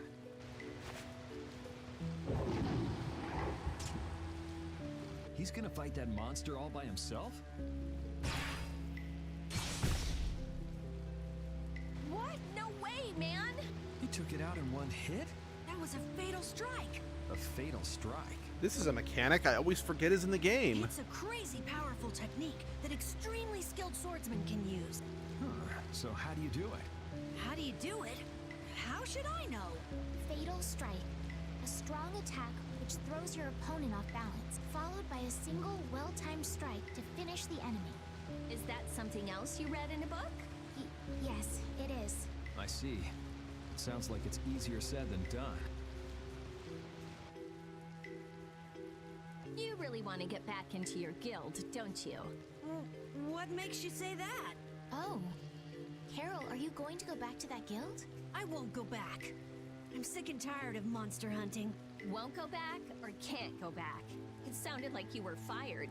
No way! I'd been planning on leaving for a while. Sure, Is Carol. that so? Well, no matter then. So, let's get going. Well, I'm glad you're staying with us, Carol. Anyway, what do you think they're doing with such a large contingent? Yeah, if they wanted to take out that monster we saw, one person would have been enough. This is actually the first time I've ever seen this many guild members gathered in one place. Really? Yeah, a lot of the members are loners. They tend not to travel in groups, and the chief being here is out of the ordinary too. Curiouser and curiouser. Hi, You Alice. wanna follow them and see what they're up to? Nah, that sounds interesting, but I'm gonna keep going. He's looking for members of the Blood Alliance after all. Right, Yuri? Yeah, I don't want to worry about 2 guilds. One is more than enough. But yeah, the Fatal Strike is...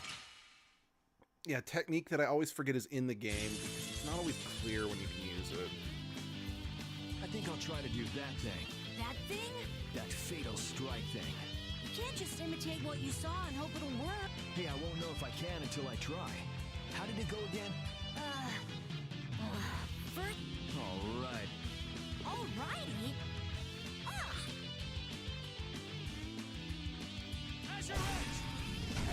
Yeah. I Well- see it. Huh? I see my opening to attack. Yuri, that was amazing! I was just copying what I saw. I didn't think it was the sort of thing you can just copy like that. Well, you need a little skill, but it's not really that hard. You think you could do it while watching me? No way! It takes a skilled swordsman to do something like that. I know that. But Carol, you're not as bad as you make yourself out to be. I'm not? You too, Estelle. Really? All right, let's go.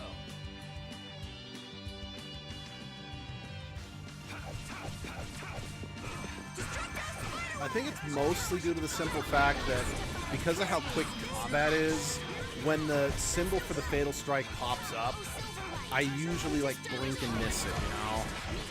It's not a bad it's not a bad idea though. It's just I think it's just a little tagged on. But yeah, it's well, I do think it's a little tagged on. I have no actually real criticism to levy towards it, so it's fine. Like, it's fine.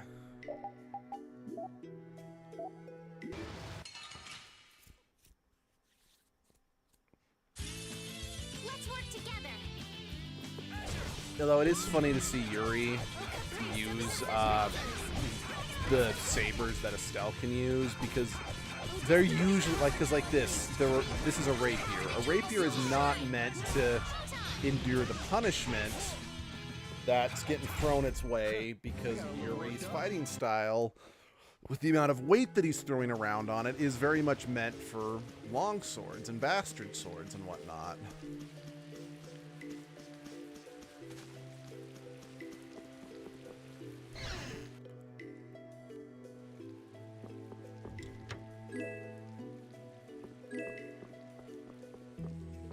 Because I remember as a teenager, I was attending, I think it was either the Utah Theater Association or the Utah Shakespeare Festival.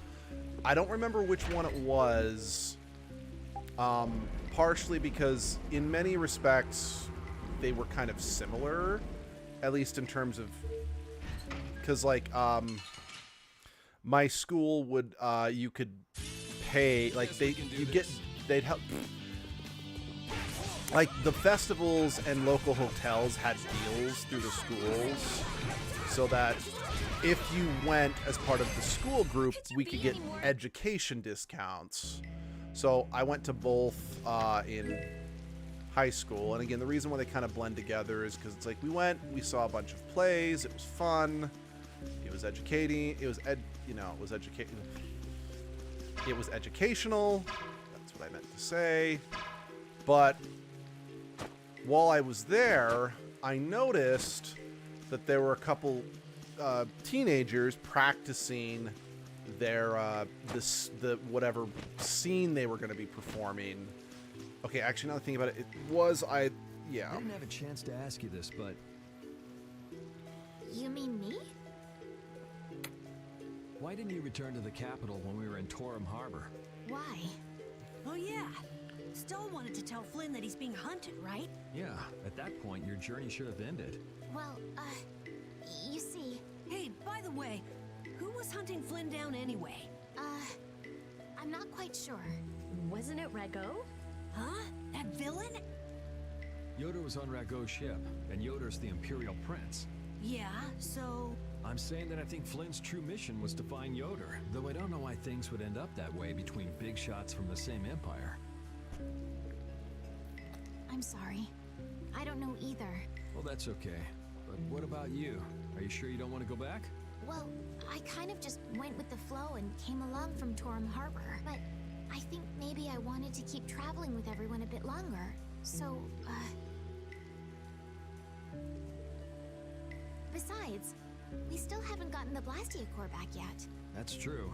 But isn't that my business? Can't I help out?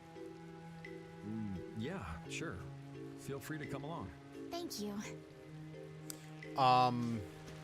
But I saw out in the distance, you know, these two guys were practicing their scene, whether it was going to be like the scene they were going to perform for the Shakespeare Festival or the scene that they were, because like Utah Theater Association, you can perform, you know, acting scenes to potentially get drama scholarships and whatnot. So that's why I don't 100% remember which place it was, because it could have been either. Anyway, they were fighting with rapiers or sabers or whatever, and they were holding them like long swords, bastard swords. They were using them two-handed. I'm just looking at that. I'm like, even if they're, you know, stage fighting, they're still making contact for the sake of it being believable. I'm like, they're gonna break those motherfuckers.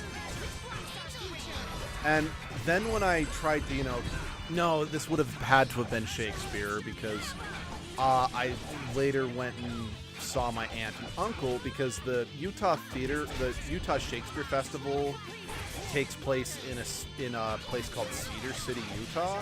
And at the time of this story, my aunt and uncle were living in Cedar City. They're not anymore. In fact, they have since got divorced. But I was and my aunt at the time was I don't remember if she was a theater teacher or if she was a teacher who also was super into theater. So I was like, oh, I tried to tell him, like, you're not gonna believe what I saw today. And I kind of told her what I saw, figuring, oh, as a theater enthusiast or a theater teacher, she would at least know some very basics about, you know, stage combat. And so I'm like, oh, you wouldn't, and I'm like, you wouldn't believe it. I saw some, you know, guys using sabers like they're bastard swords. And she's like, why is that a problem? I'm like, you're joking. Haven't you ever done stage combat? She's like, well, yeah. I'm like, so you know that there's a right and a wrong way, like any form of weapon, to safely use a weapon. Because especially in stage combat, you cannot use a saber like a two-handed sword, because again, you'll break it and you will hurt yourself and your scene partner. Don't get careless.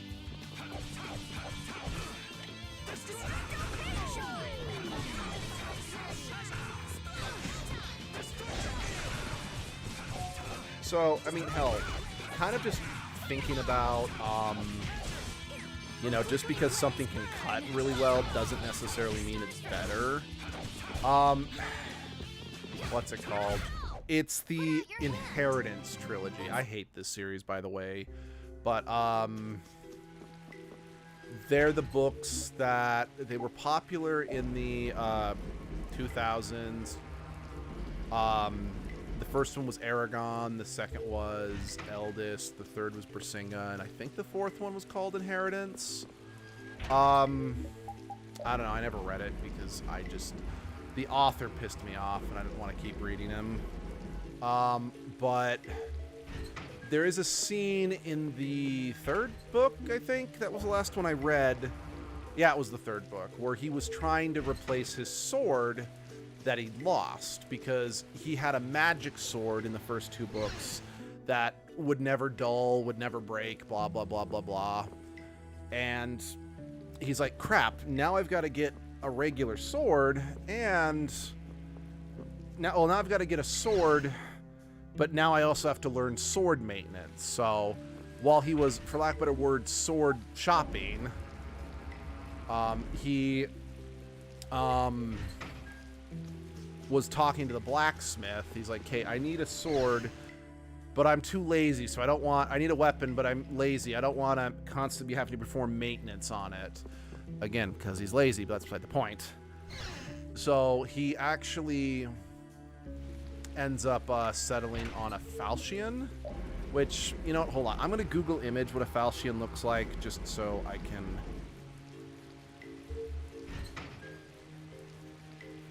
Yeah, a falchion is a one-bladed sword. And the reason that he settled on that was because since the falchion only has one blade, it would require minimal maintenance, because you just have to keep one side sharp and the other side could be used for blocking and stuff without as much damage.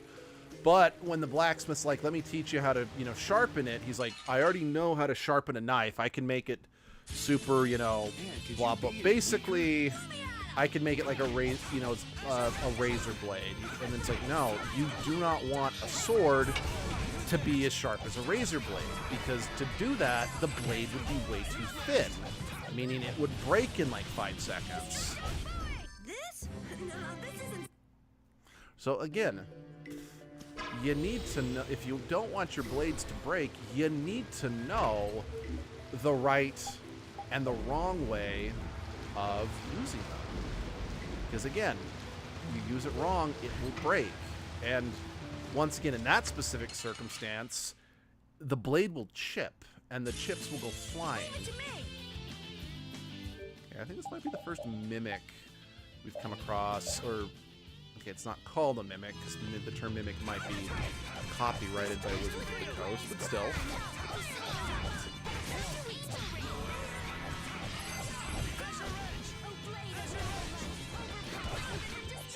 So,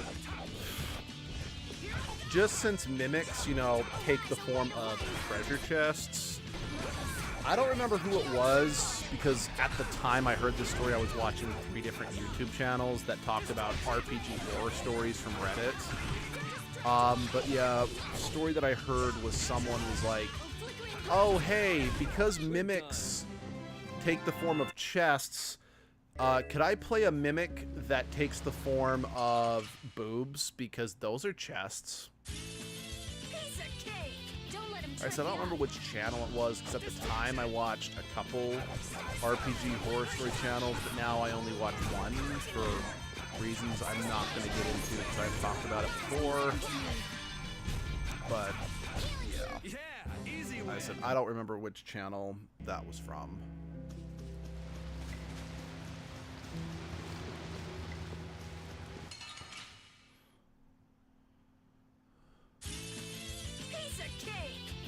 Trip you up.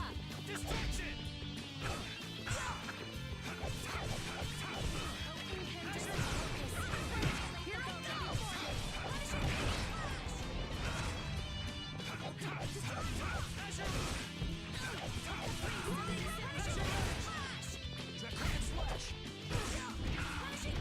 Oh, so I did also get some good news this week. Well, I was browsing in my Discord messages. I was like, oh hey, who's this person that I have a message history with? And it was like, oh, it was someone from the from the Chaos Counseling Discord community, but they just changed their username. That's why I didn't recognize them. But I'm like, wait, their icon is so different, and their name was completely different to what they were called in the channel. And like, are they even still part of the channel? And I kind of went to the Discord group, and yeah, they had in fact left the Discord, which I hate saying this because I do love the fact that you guys give me the time of day and watch my pretty crappy live streams, but this individual was a very problematic viewer that Abby and I almost banned like 3 different times, and quite frankly we should have banned them, 3 strikes you're out and all that, but we're pushovers. So it was kind of nice to see that I'm like, okay, the trash took itself out, because yeah, this individual seemed like oddly possessive over the Edgelord streams, like to the point where, I won't get into too much of that, but they were getting way too into it. But then when they found out that they like couldn't control the narrative of Edgelord, they immediately left, because I don't remember if they joined before. I'm pretty sure they joined before I officially started doing Pokemon. Well, not before I did Pokemon streams, period, but they were already watching the channel before. No, they were watching the channel because I think they started when I was streaming Baldur's Gate 3. But in like the very last Baldur's Gate 3 stream that I did, they showed up right at the beginning just to complain. They're like, why are you still playing this? You should play a different game because this is taking too long. And I'm like, I like what I'm playing, So it's like, this isn't about you. But like, fine, I refuse to watch you until you stop playing Baldur's Gate 3. And unfortunately, due to the fiasco that was the episode that is now unlisted, we ended Baldur's Gate 3 that day and started Pokemon. So I think they got in their head that they could actually control Edgelord. As such, when I did start playing Pokemon Brilliant Shining Pearl, they were very possessive of the stream. So then when I finished that, I don't remember off the top of my head what I streamed next. But they turned up for it. They were their usual obnoxious, abrasive selves, but they weren't terrible. But then I think like the next game that won, because I even like the reason I have a message with them in general is they're like, are you excited that Edgelord's going to be tiny in the next stream? Because at the time Pikmin was winning, Pikmin 4 was winning the poll, and I said, well, the poll has another week, he might not be going to Pikmin. He's like, oh come on, it's winning by 1 vote, it's not going to change. And then Pokemon Snap came from behind and took the crown. Well, they then showed up for one single stream of Pokemon Snap. It was like, this is the dumbest Pokemon spin-off ever, and then did the digital equivalent of storming out. Then did not come back at all until I started streaming Pokemon Sword. Don't get me wrong, I was glad they didn't come back. So I started streaming Pokemon Sword, and like, hey, my second favorite Pokemon is in this game. It's a dragon fighting type, so I can see you don't have one in your party, so you can use that, name it after me. And I kind of said, unfortunately, so Abby graciously makes, in order to kind of try to make the Edgelord streams interesting as well as unique for me, she draws up teams that she wants Edgelord to use, and it's mostly comprised of Pokemon I've never used before, or in some cases would probably never use under normal circumstances. Like, for example, in the Sword and Shield playthrough, she had me use Galarian Weezing, I think it's Galarian, because that's a Pokemon I would never use normally. And yeah, I'm kind of glad she did. It was kind of fun to get out of. But unfortunately, because I was trying to be a crowd pleaser, I let them talk me into not following the list Abby drew up for me for Shining Pearl, which ended up actually being, okay, I will admit that ended up being a good thing just because of how hard the Elite Four was in that game, and if I had stuck with it, because I was supposed to use an Octillery in the final fight, but this YouTube viewer convinced me to use Gastrodon instead. And to be fair, we would not have beaten Cynthia if it wasn't for the Gastrodon. But again, I feel that just gave them a misunderstanding of just the level of control they could exert over the channel. And it came to bite me later. Estelle looks as interested But yeah, in cities and then as I kind of said, always. well, Estelle, no, come on, let's stick together. we have a very strict list The that we're village will sticking, run like, down, I it's made overgrown, sure to and emphasize this place that is in seriously Sword, built like a maze. we were going to With all follow these the list that obstacles in the way, Abby it's pretty tough to go where went you through wanna all the go. trouble to write out, you know? Sorry, I was I going to got respect it sidetracked. this I time. thought I just said to stick together. Now, I did, You all need to be more careful. I've never like, seen I anyone did, get in lost so easily. mid-Sword, like, Abby didn't give, me a edgelord a Surfetched because she was worried that getting one would be too difficult to do practically without wasting time on grinding. But then I was able to get a Surfetched immediately after I captured a Farfetch'd. So I'm like, hey, honey, I know you said use this team, but I was able to get the Surfetch'd. And the only reason why it wasn't on the list is you were worried that edgelord wouldn't be able to do it in a timely manner. Do you want me to make an adjustment and use the Surfetch'd? And she's like, she thought about it, and she said, nah. So, okay, and I stuck to the list. But it was very clear when this person realized that they weren't going to be able to control the party and demand, it's like, you need to include this character and you need to name it after me or whatever. They left. They left the stream immediately, and they left the Discord. And yeah, I'm actually, as much as I love, again, I love that you all support our channel, but just the level of entitlement that this person seemed to have in regards to it, I can't deny that them disappearing took a massive stress off my shoulders, because they were also super aggressive to other people in the comment section. Like, specifically, like, I've seen them pop in every, like, we've had a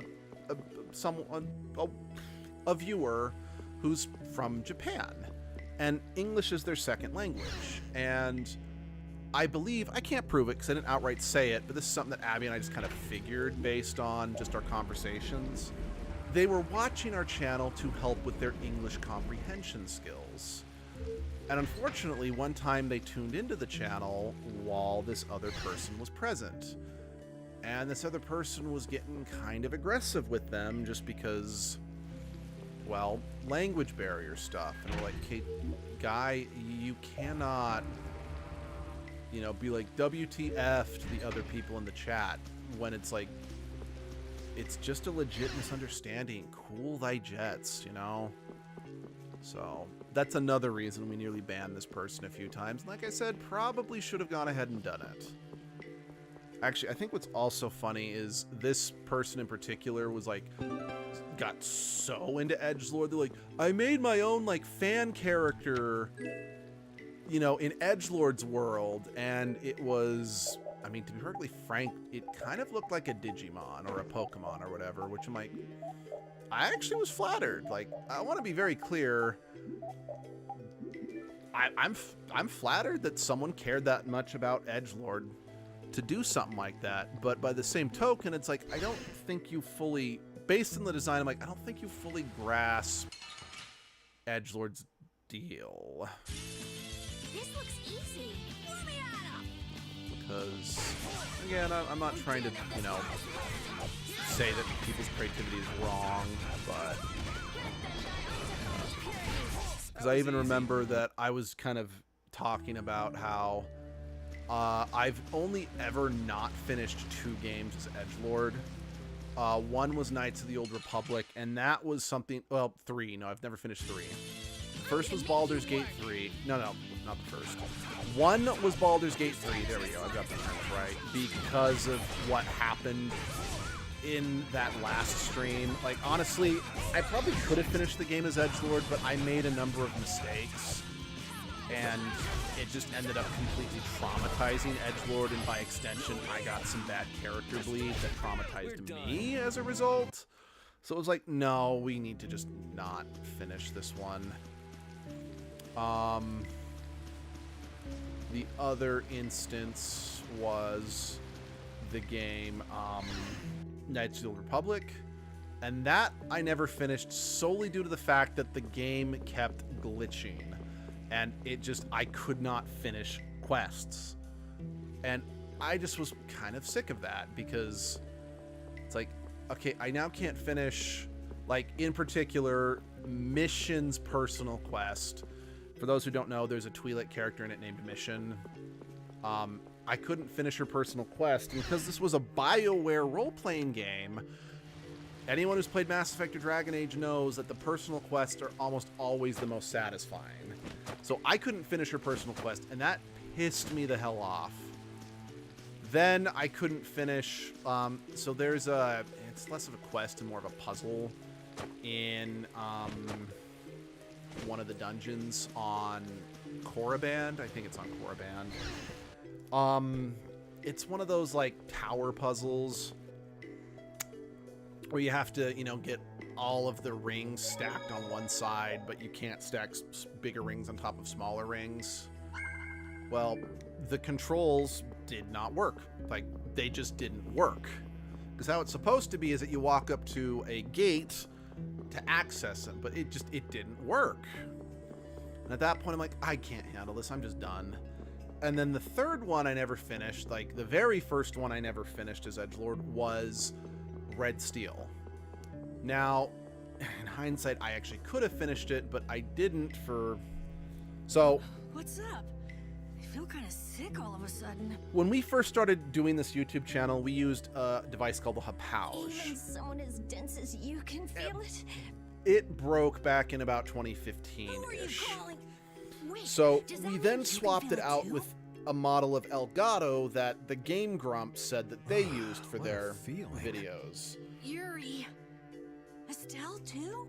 So fine. That's what we used for quite some time. Seriously? The problem is that when that Elgato started to break, because there was a period in the channel's history where we could stream for anywhere between 30 minutes to an hour, and then the picture would just freeze. It would just permanently freeze and just stop working. That's part of the reason why, like, we never finished Abby's live stream of Brilliant Diamond. It's part of the reason why. The best way to attract monsters, you know? But yeah, it's why I didn't finish my Paper Mario live stream at the time. It's I didn't finish my Red Steel live stream. Was because it's like, hey, our Elgato's broken. We need to swap it out. Yes. But all of the current models of Elgato on the market no longer had input outputs for AV cables. What? Meaning, couldn't be seen with the naked eye. Based on what we read, it was like, crap, that means we now can't stream off the Wii U. Even though our Wii U used an HDMI cable, but it was, we just misread it on the, because when we were reading the specs, it said it's like, oh, it's only compatible with PCs, PS4s, Switches, etc. And again, it didn't have an AV output, so it's like we can't stream off the GameCube anymore. That dense air is bad so I just ended the stream of Red Steel because it's like I can't stream it anymore. Yes, I could, but I misunderstood the specs on the device. It made you pass out in the Koi Woods too. Really? Wow. Maybe we should get out of here. But we still haven't made sure if the mercenaries are here or not. I guess that's true, but... Let's keep moving. It looks like this Blastia is linked to the door. How do we open it? It seems but that we have to just because since carefully put Edgelord together is like the symbols to reincarnated form in the different right lives, phrase. I just decided it's not worth going back to it. Just for like the That's internal not a good logic of how idea. Edgelord's What supposed if to it- work. Hey, something's coming out of it. So, should we just put some letters in? Hey, But to quote, but up kind some of odd like the pieces original of point of me bringing this Actually, up come to think of it, is isn't there a clue to the when I passcode? mentioned that Edgelord was living Seems through we Red need to use Steel our and never mind to finished get it, an they were answer. like, well, that makes sense. Edgelord's more of an adventurer anyway. I'm like, no, not really. Edgelord's kind of whatever, if you know what I mean. Sorry, I know I got, I know I have the hints, but I'm just gonna look it up real quick. It's like, once again, it's like they wanted to exert an absorbent amount of control over Edgelord, but they clearly didn't actually understand the character, which I know I'm being kind of petty and pedantic saying that, being like, oh, you don't get the nuance of motherfucking Edgelord, but anyway. That water is floating? It looks like that Blastia is causing it. And probably this strange feeling as well. Huh. He's similar to the ones at Emmead Hill and Capua Nor. Is it broken? When a Blastia breaks, it loses its ability to take in air. There's no way it would get like this. So, what's going on? I don't know. What could he be trying to do? Was that a monster?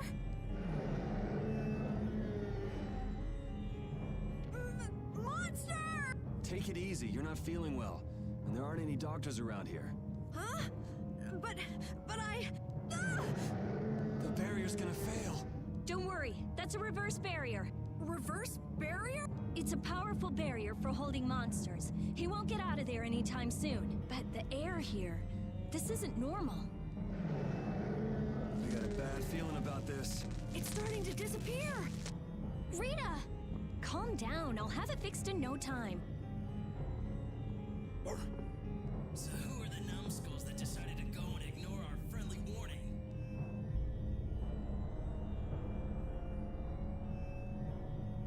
Sorry, none of us here are nice enough to take your friendly warning seriously.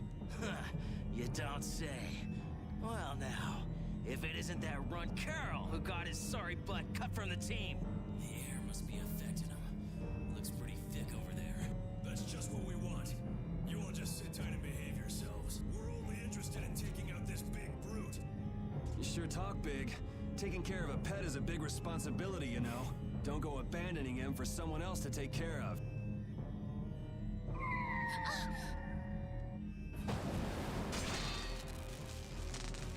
Him again!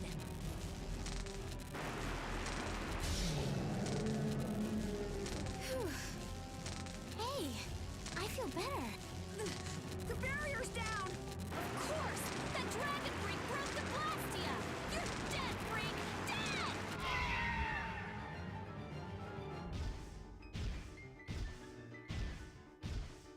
Yeah, that's it. Show me some anger. Show me what a monster's like. Now I'm gonna mop the floor with you.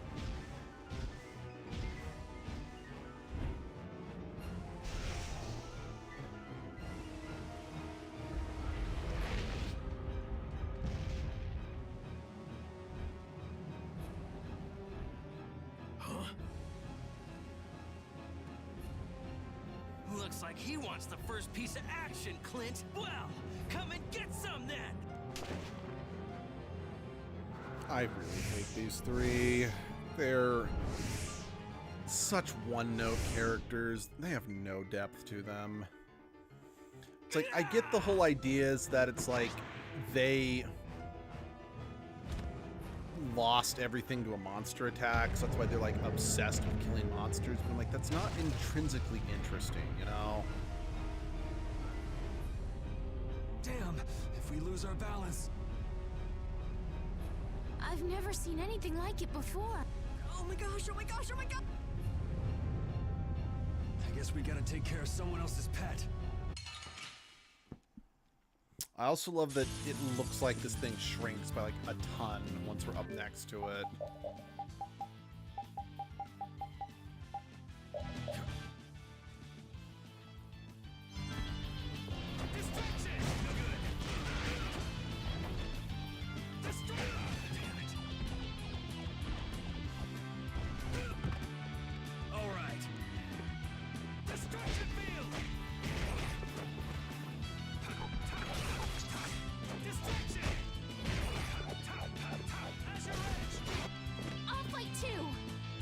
Yay, the healer!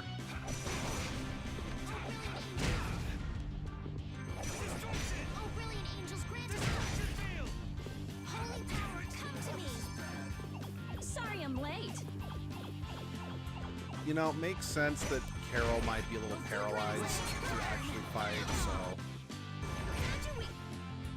Healing circle and sharpened rage. Run through that which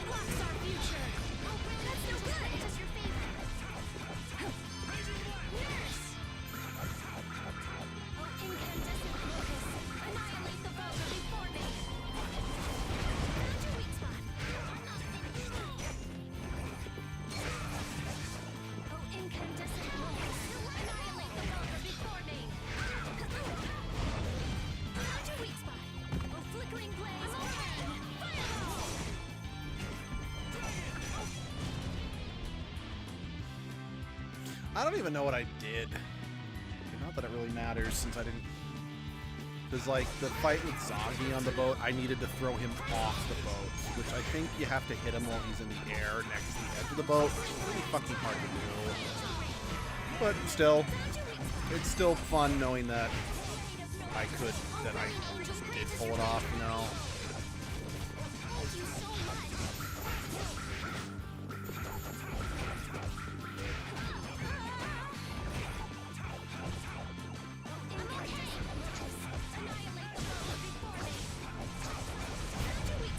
There we go. That monster was huge. Hey, what's with the kid?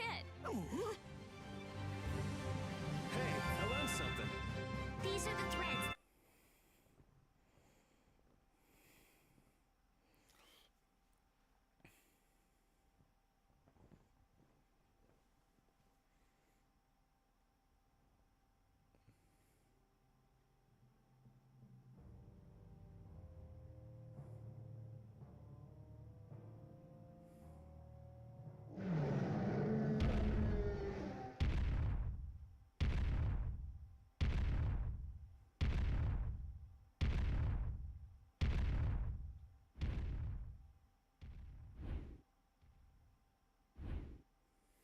We made it. What about Carol?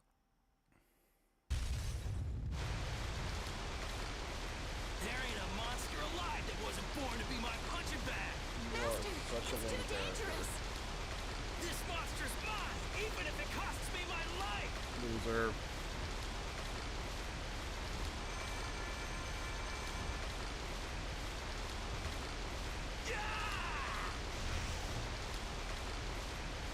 The ceiling!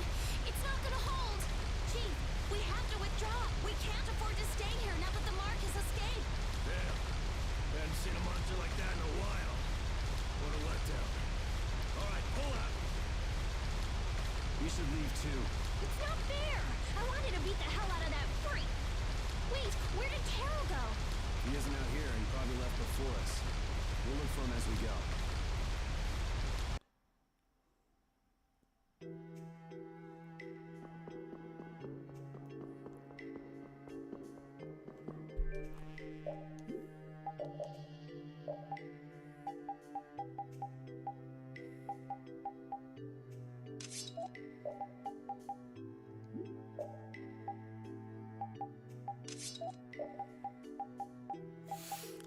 But yeah.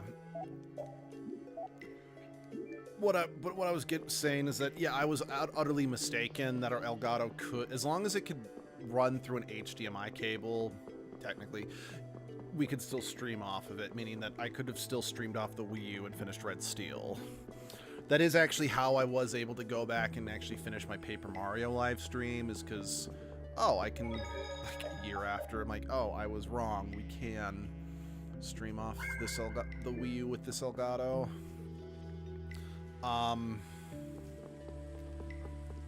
But one downside though is that I don't know if it was like a copyright protection thing. Something comes up, and it's just poof, you're gone. Always running away by yourself. It's not like that. Not like what? Like I said back in Halure. I'm not talking about Halure. If you're not ashamed of anything, then shouldn't you hurry back to your friends? It's just that... No need to explain to me. I think you've got other people who'll listen to you. Huh? Guys! Carol, I'm so glad you're safe. Where the hell did you go? We were really in a jam back there. I'm sorry.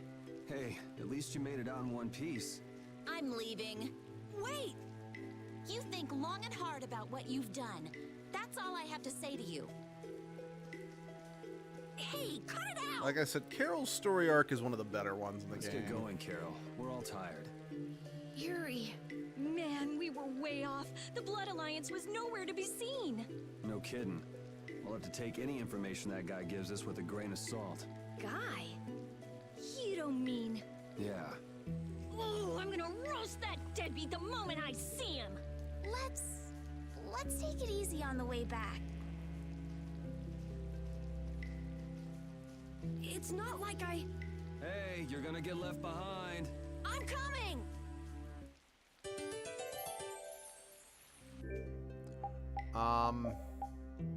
But unfortunately, we can't stream off the PlayStation 3, Air is more than just a handy bums me the substance fuck for making out, Blastia 'cause work, huh? I really wanted to stream Heavenly Questions amateurs Sword. I really ask, wanted to I stream swear. Air affects Tales of everything in the Xillia world. 1 and 2. Our I mean, own heck, bodies, the growth of I wanted to living stream Tales of organisms, even the Graces weather. on the So PlayStation Blastia 3, in but Ragoz's couldn't palace until they that controlled remade the it. weather was interfering with the And air? I had Correct. been seriously So considering then, that doing means White the Knight, air actually here is doing a full interfering with playthrough of the White Knight processes in our Chronicles, not bodies. just the what the I fuck mean, we I did can years handle it, ago. but is it really a And I good considered idea doing for us that to for be in air Edgelord, this even though dense? technically We shouldn't stay speaking, here the too long, Avatar in White especially Knight runts Chronicles like is you not who the are still growing. protagonist. The younger you still. are, the more of an effect the air will have. But Guess that makes sense. now I can't. Also, I mean, granted, I'm still on the fence about whether or not I ever actually want to play Legend of Dragoon. But I got Legend of Dragoon on the PlayStation 3 because this asswipe. The common rabble. So I've finally found you. That's far enough. You lackeys must have had a lot of time on your hands if you crossed the ocean just to see us. You're in no position to talk down to the likes of me. Now, princess, right this way. Huh? What does he mean, princess? The princess standing right here in front of us. Yuri, but how did you... What? Estelle's a princess? I suspected as much myself. Rita, you too? Wait, you've got to be kidding.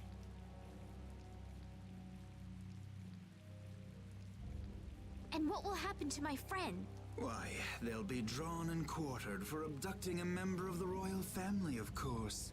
Please, wait! I wasn't abducted. Ah, what a mouthy young lady you are. This way, please. Estelle! Now die like the flies you are. Arrest the culprit Yuri Lowell and his accomplices. You, the Swan Brigade. Just a minute. This prize catches mine. I won't let you take him from me that easily. Catch? Our duties are not to be carried out in the fashion of a hunt. Did I not also hear someone mention dying earlier? You did. What is wrong with condemning criminals to their deaths? Should not criminals be captured and judged in accordance with the laws? I suppose I can let you have these little worms. If it isn't Schwan, it's Flynn. These upstart commoners are so full of themselves, even that commandant. This way, please, Your Highness. Do watch your step. But I... Yes, right this way. Arrest them in the name of Captain Schwan. Okay, Yuri Lowell gang, it's curtains for you, I say.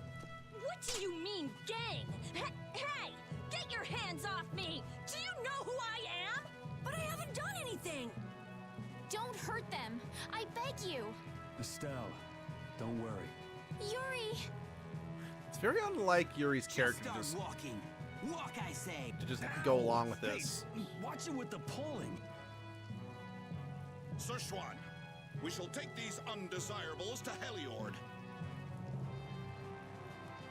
So yeah, that's the first glimpse that we're getting of this guy's All commander. members, fall out. Now, it's not kind of a spoiler, but not too much of a spoiler. Schwan was like a hero in a war in recent history. I don't remember too much about it, though. Continuing on, we will review the particulars of your 18th crime. Please do. Is it true that you threw a knight sent to collect the taxes into the river? Wow, I'd forgotten about that. Was that you, Tweedledee? That's right. I was in bed with a cold for 3 whole days thanks to you. How many more of these are there? This is getting pretty boring. I wonder what'll happen to me. So I'll write, you have no signs of remorse in the report then. Where's that do-nothing captain of yours anyway? What was his name? Schwan? Playing hooky because he's the big shot. You dare mock our captain? Sir Schwan is a Okay, here we legendary go. hero and a veteran of the Great War 10 years ago. So basically, His Eminence would never stoop so low as to deal with nobodies like us. Quiet, I say! Quiet! Getting on to your next offense. Aunt Alexei, to what do we owe this pleasure? Alexei? What? All your crimes are hereby pardoned by the good graces of their highnesses Esteles and Yoder. What? But these foul criminals have disturbed the peace of the Empire. The Imperial Knights thank you for rescuing Prince Yoder and protecting Princess Esteles. Please, take this. We've got no need for this. It's not like we did those things for the sake of the Knights. I see. What about Estelle? She has just given her consent to be returned to the Imperial capital. What? Well, I guess she is a princess after all. The princess is waiting at the inn. We would be pleased if you made an appearance. I kind of already sort of mentioned this in a past stream. It's technically a spoiler, but I'm going to say it again. That Estelle was a princess. Commandant Alexei should have been the main villain. She knew Flynn, and she was obviously brought up as a noble. Shut up. You knew already. Or maybe.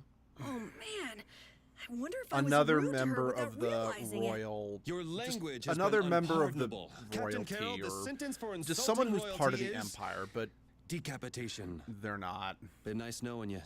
What about you? You're way more rude than I am. Guess it's off with both our heads then. What? That's... Idiots.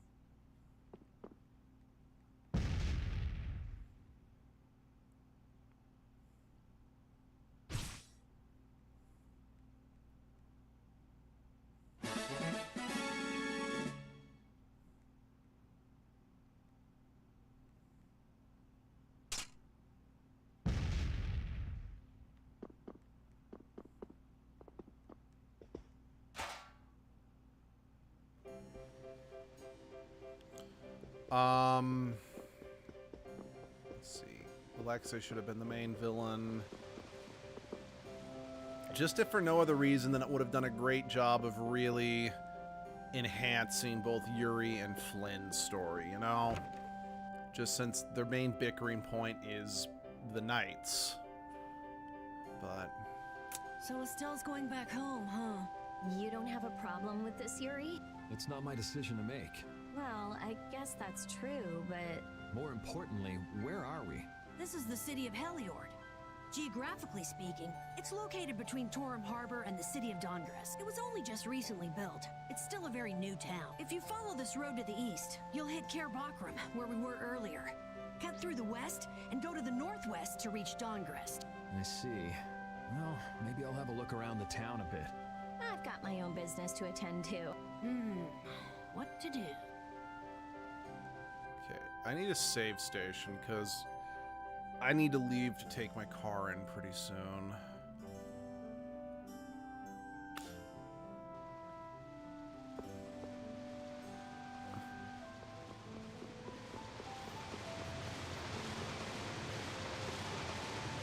You know, for a newly constructed city, this has a lot of brickwork done, you know?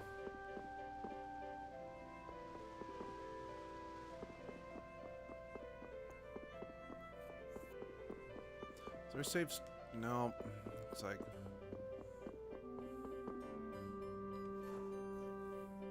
Ah, so both of you were here the whole time.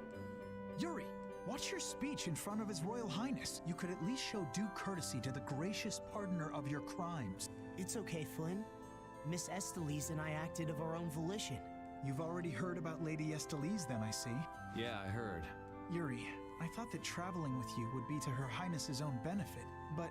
The royal family can't be allowed to romp all over the countryside without restraint. That's not very convincing coming from you.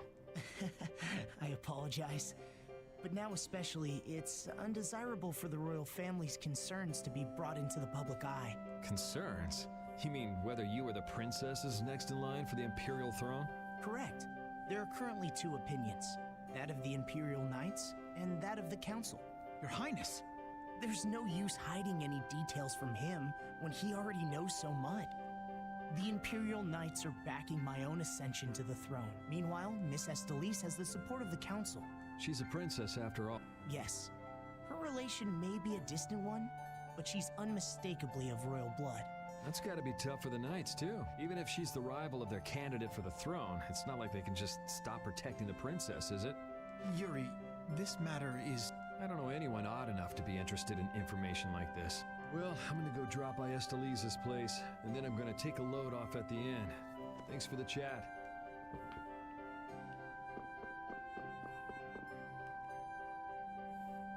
Wait, I say! Hey, it's Tweedle-A and Tweedle-B. Don't call us that! Something I can help you two with? Even if you have a direct pardon from His Highness Yoder, I say that does not change the fact that you committed crimes against the Empire! As members of the Imperial Knights, our honor will not allow us to simply let that slide. Yuri Lowell! You will battle with us here, I say, fair and square! If you beat us, we'll recognize you as innocent of your crime. Don't make claims you can't back up. Since when did you two have the authority to forgive people their crimes? Regardless, we must battle! Battle! If that's what it takes to make you happy, I guess I can humor you. Excellent! Come with us!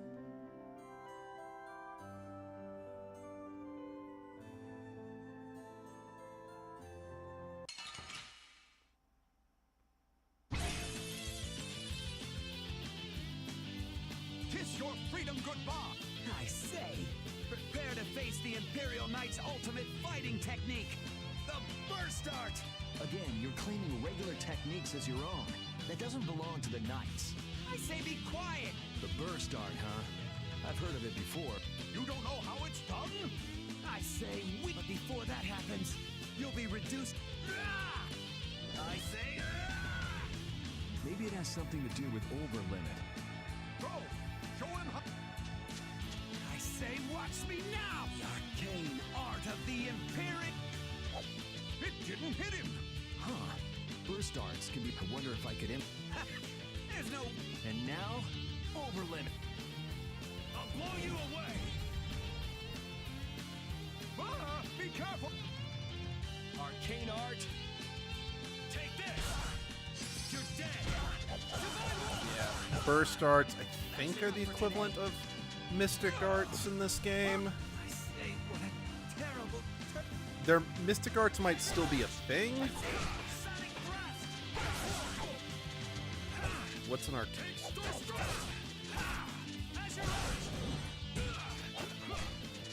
Okay. It should...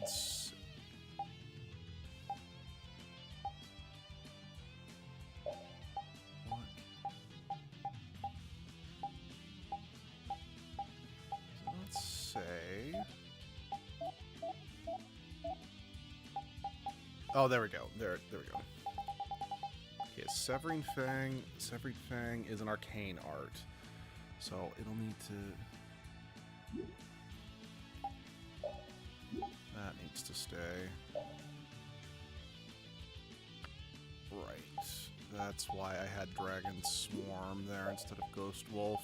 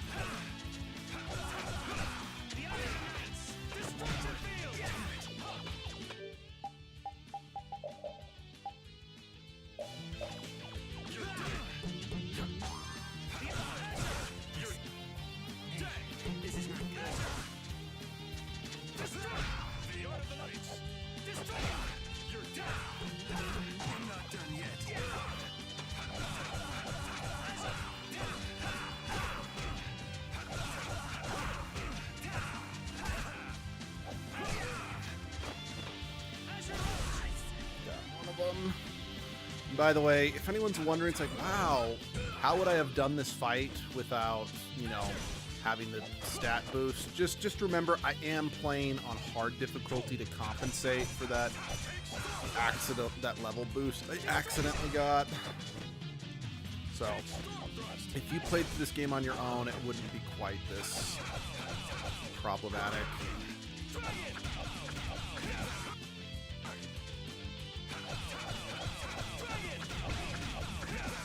I'm fine, I think.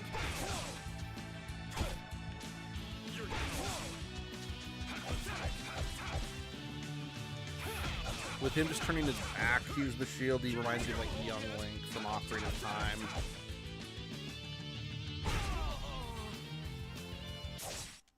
You want revenge? Bring it! Hey, I learned some.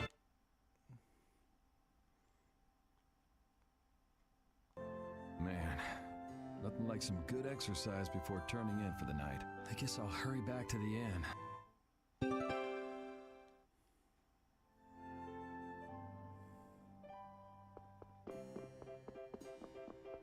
Can I please save?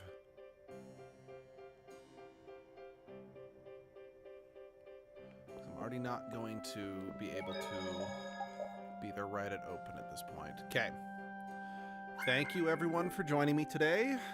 Again, I apologize that these streams have not been going as long as I normally do due to a combination of not being able to get some sleep and everything else. Plus me just not really liking these games that much. But yeah, there'll be the Edgelord stream tomorrow. I don't know how far we'll get into ages because again, the game's a little longer than Seasons and it's a lot more difficult. Yeah, I do know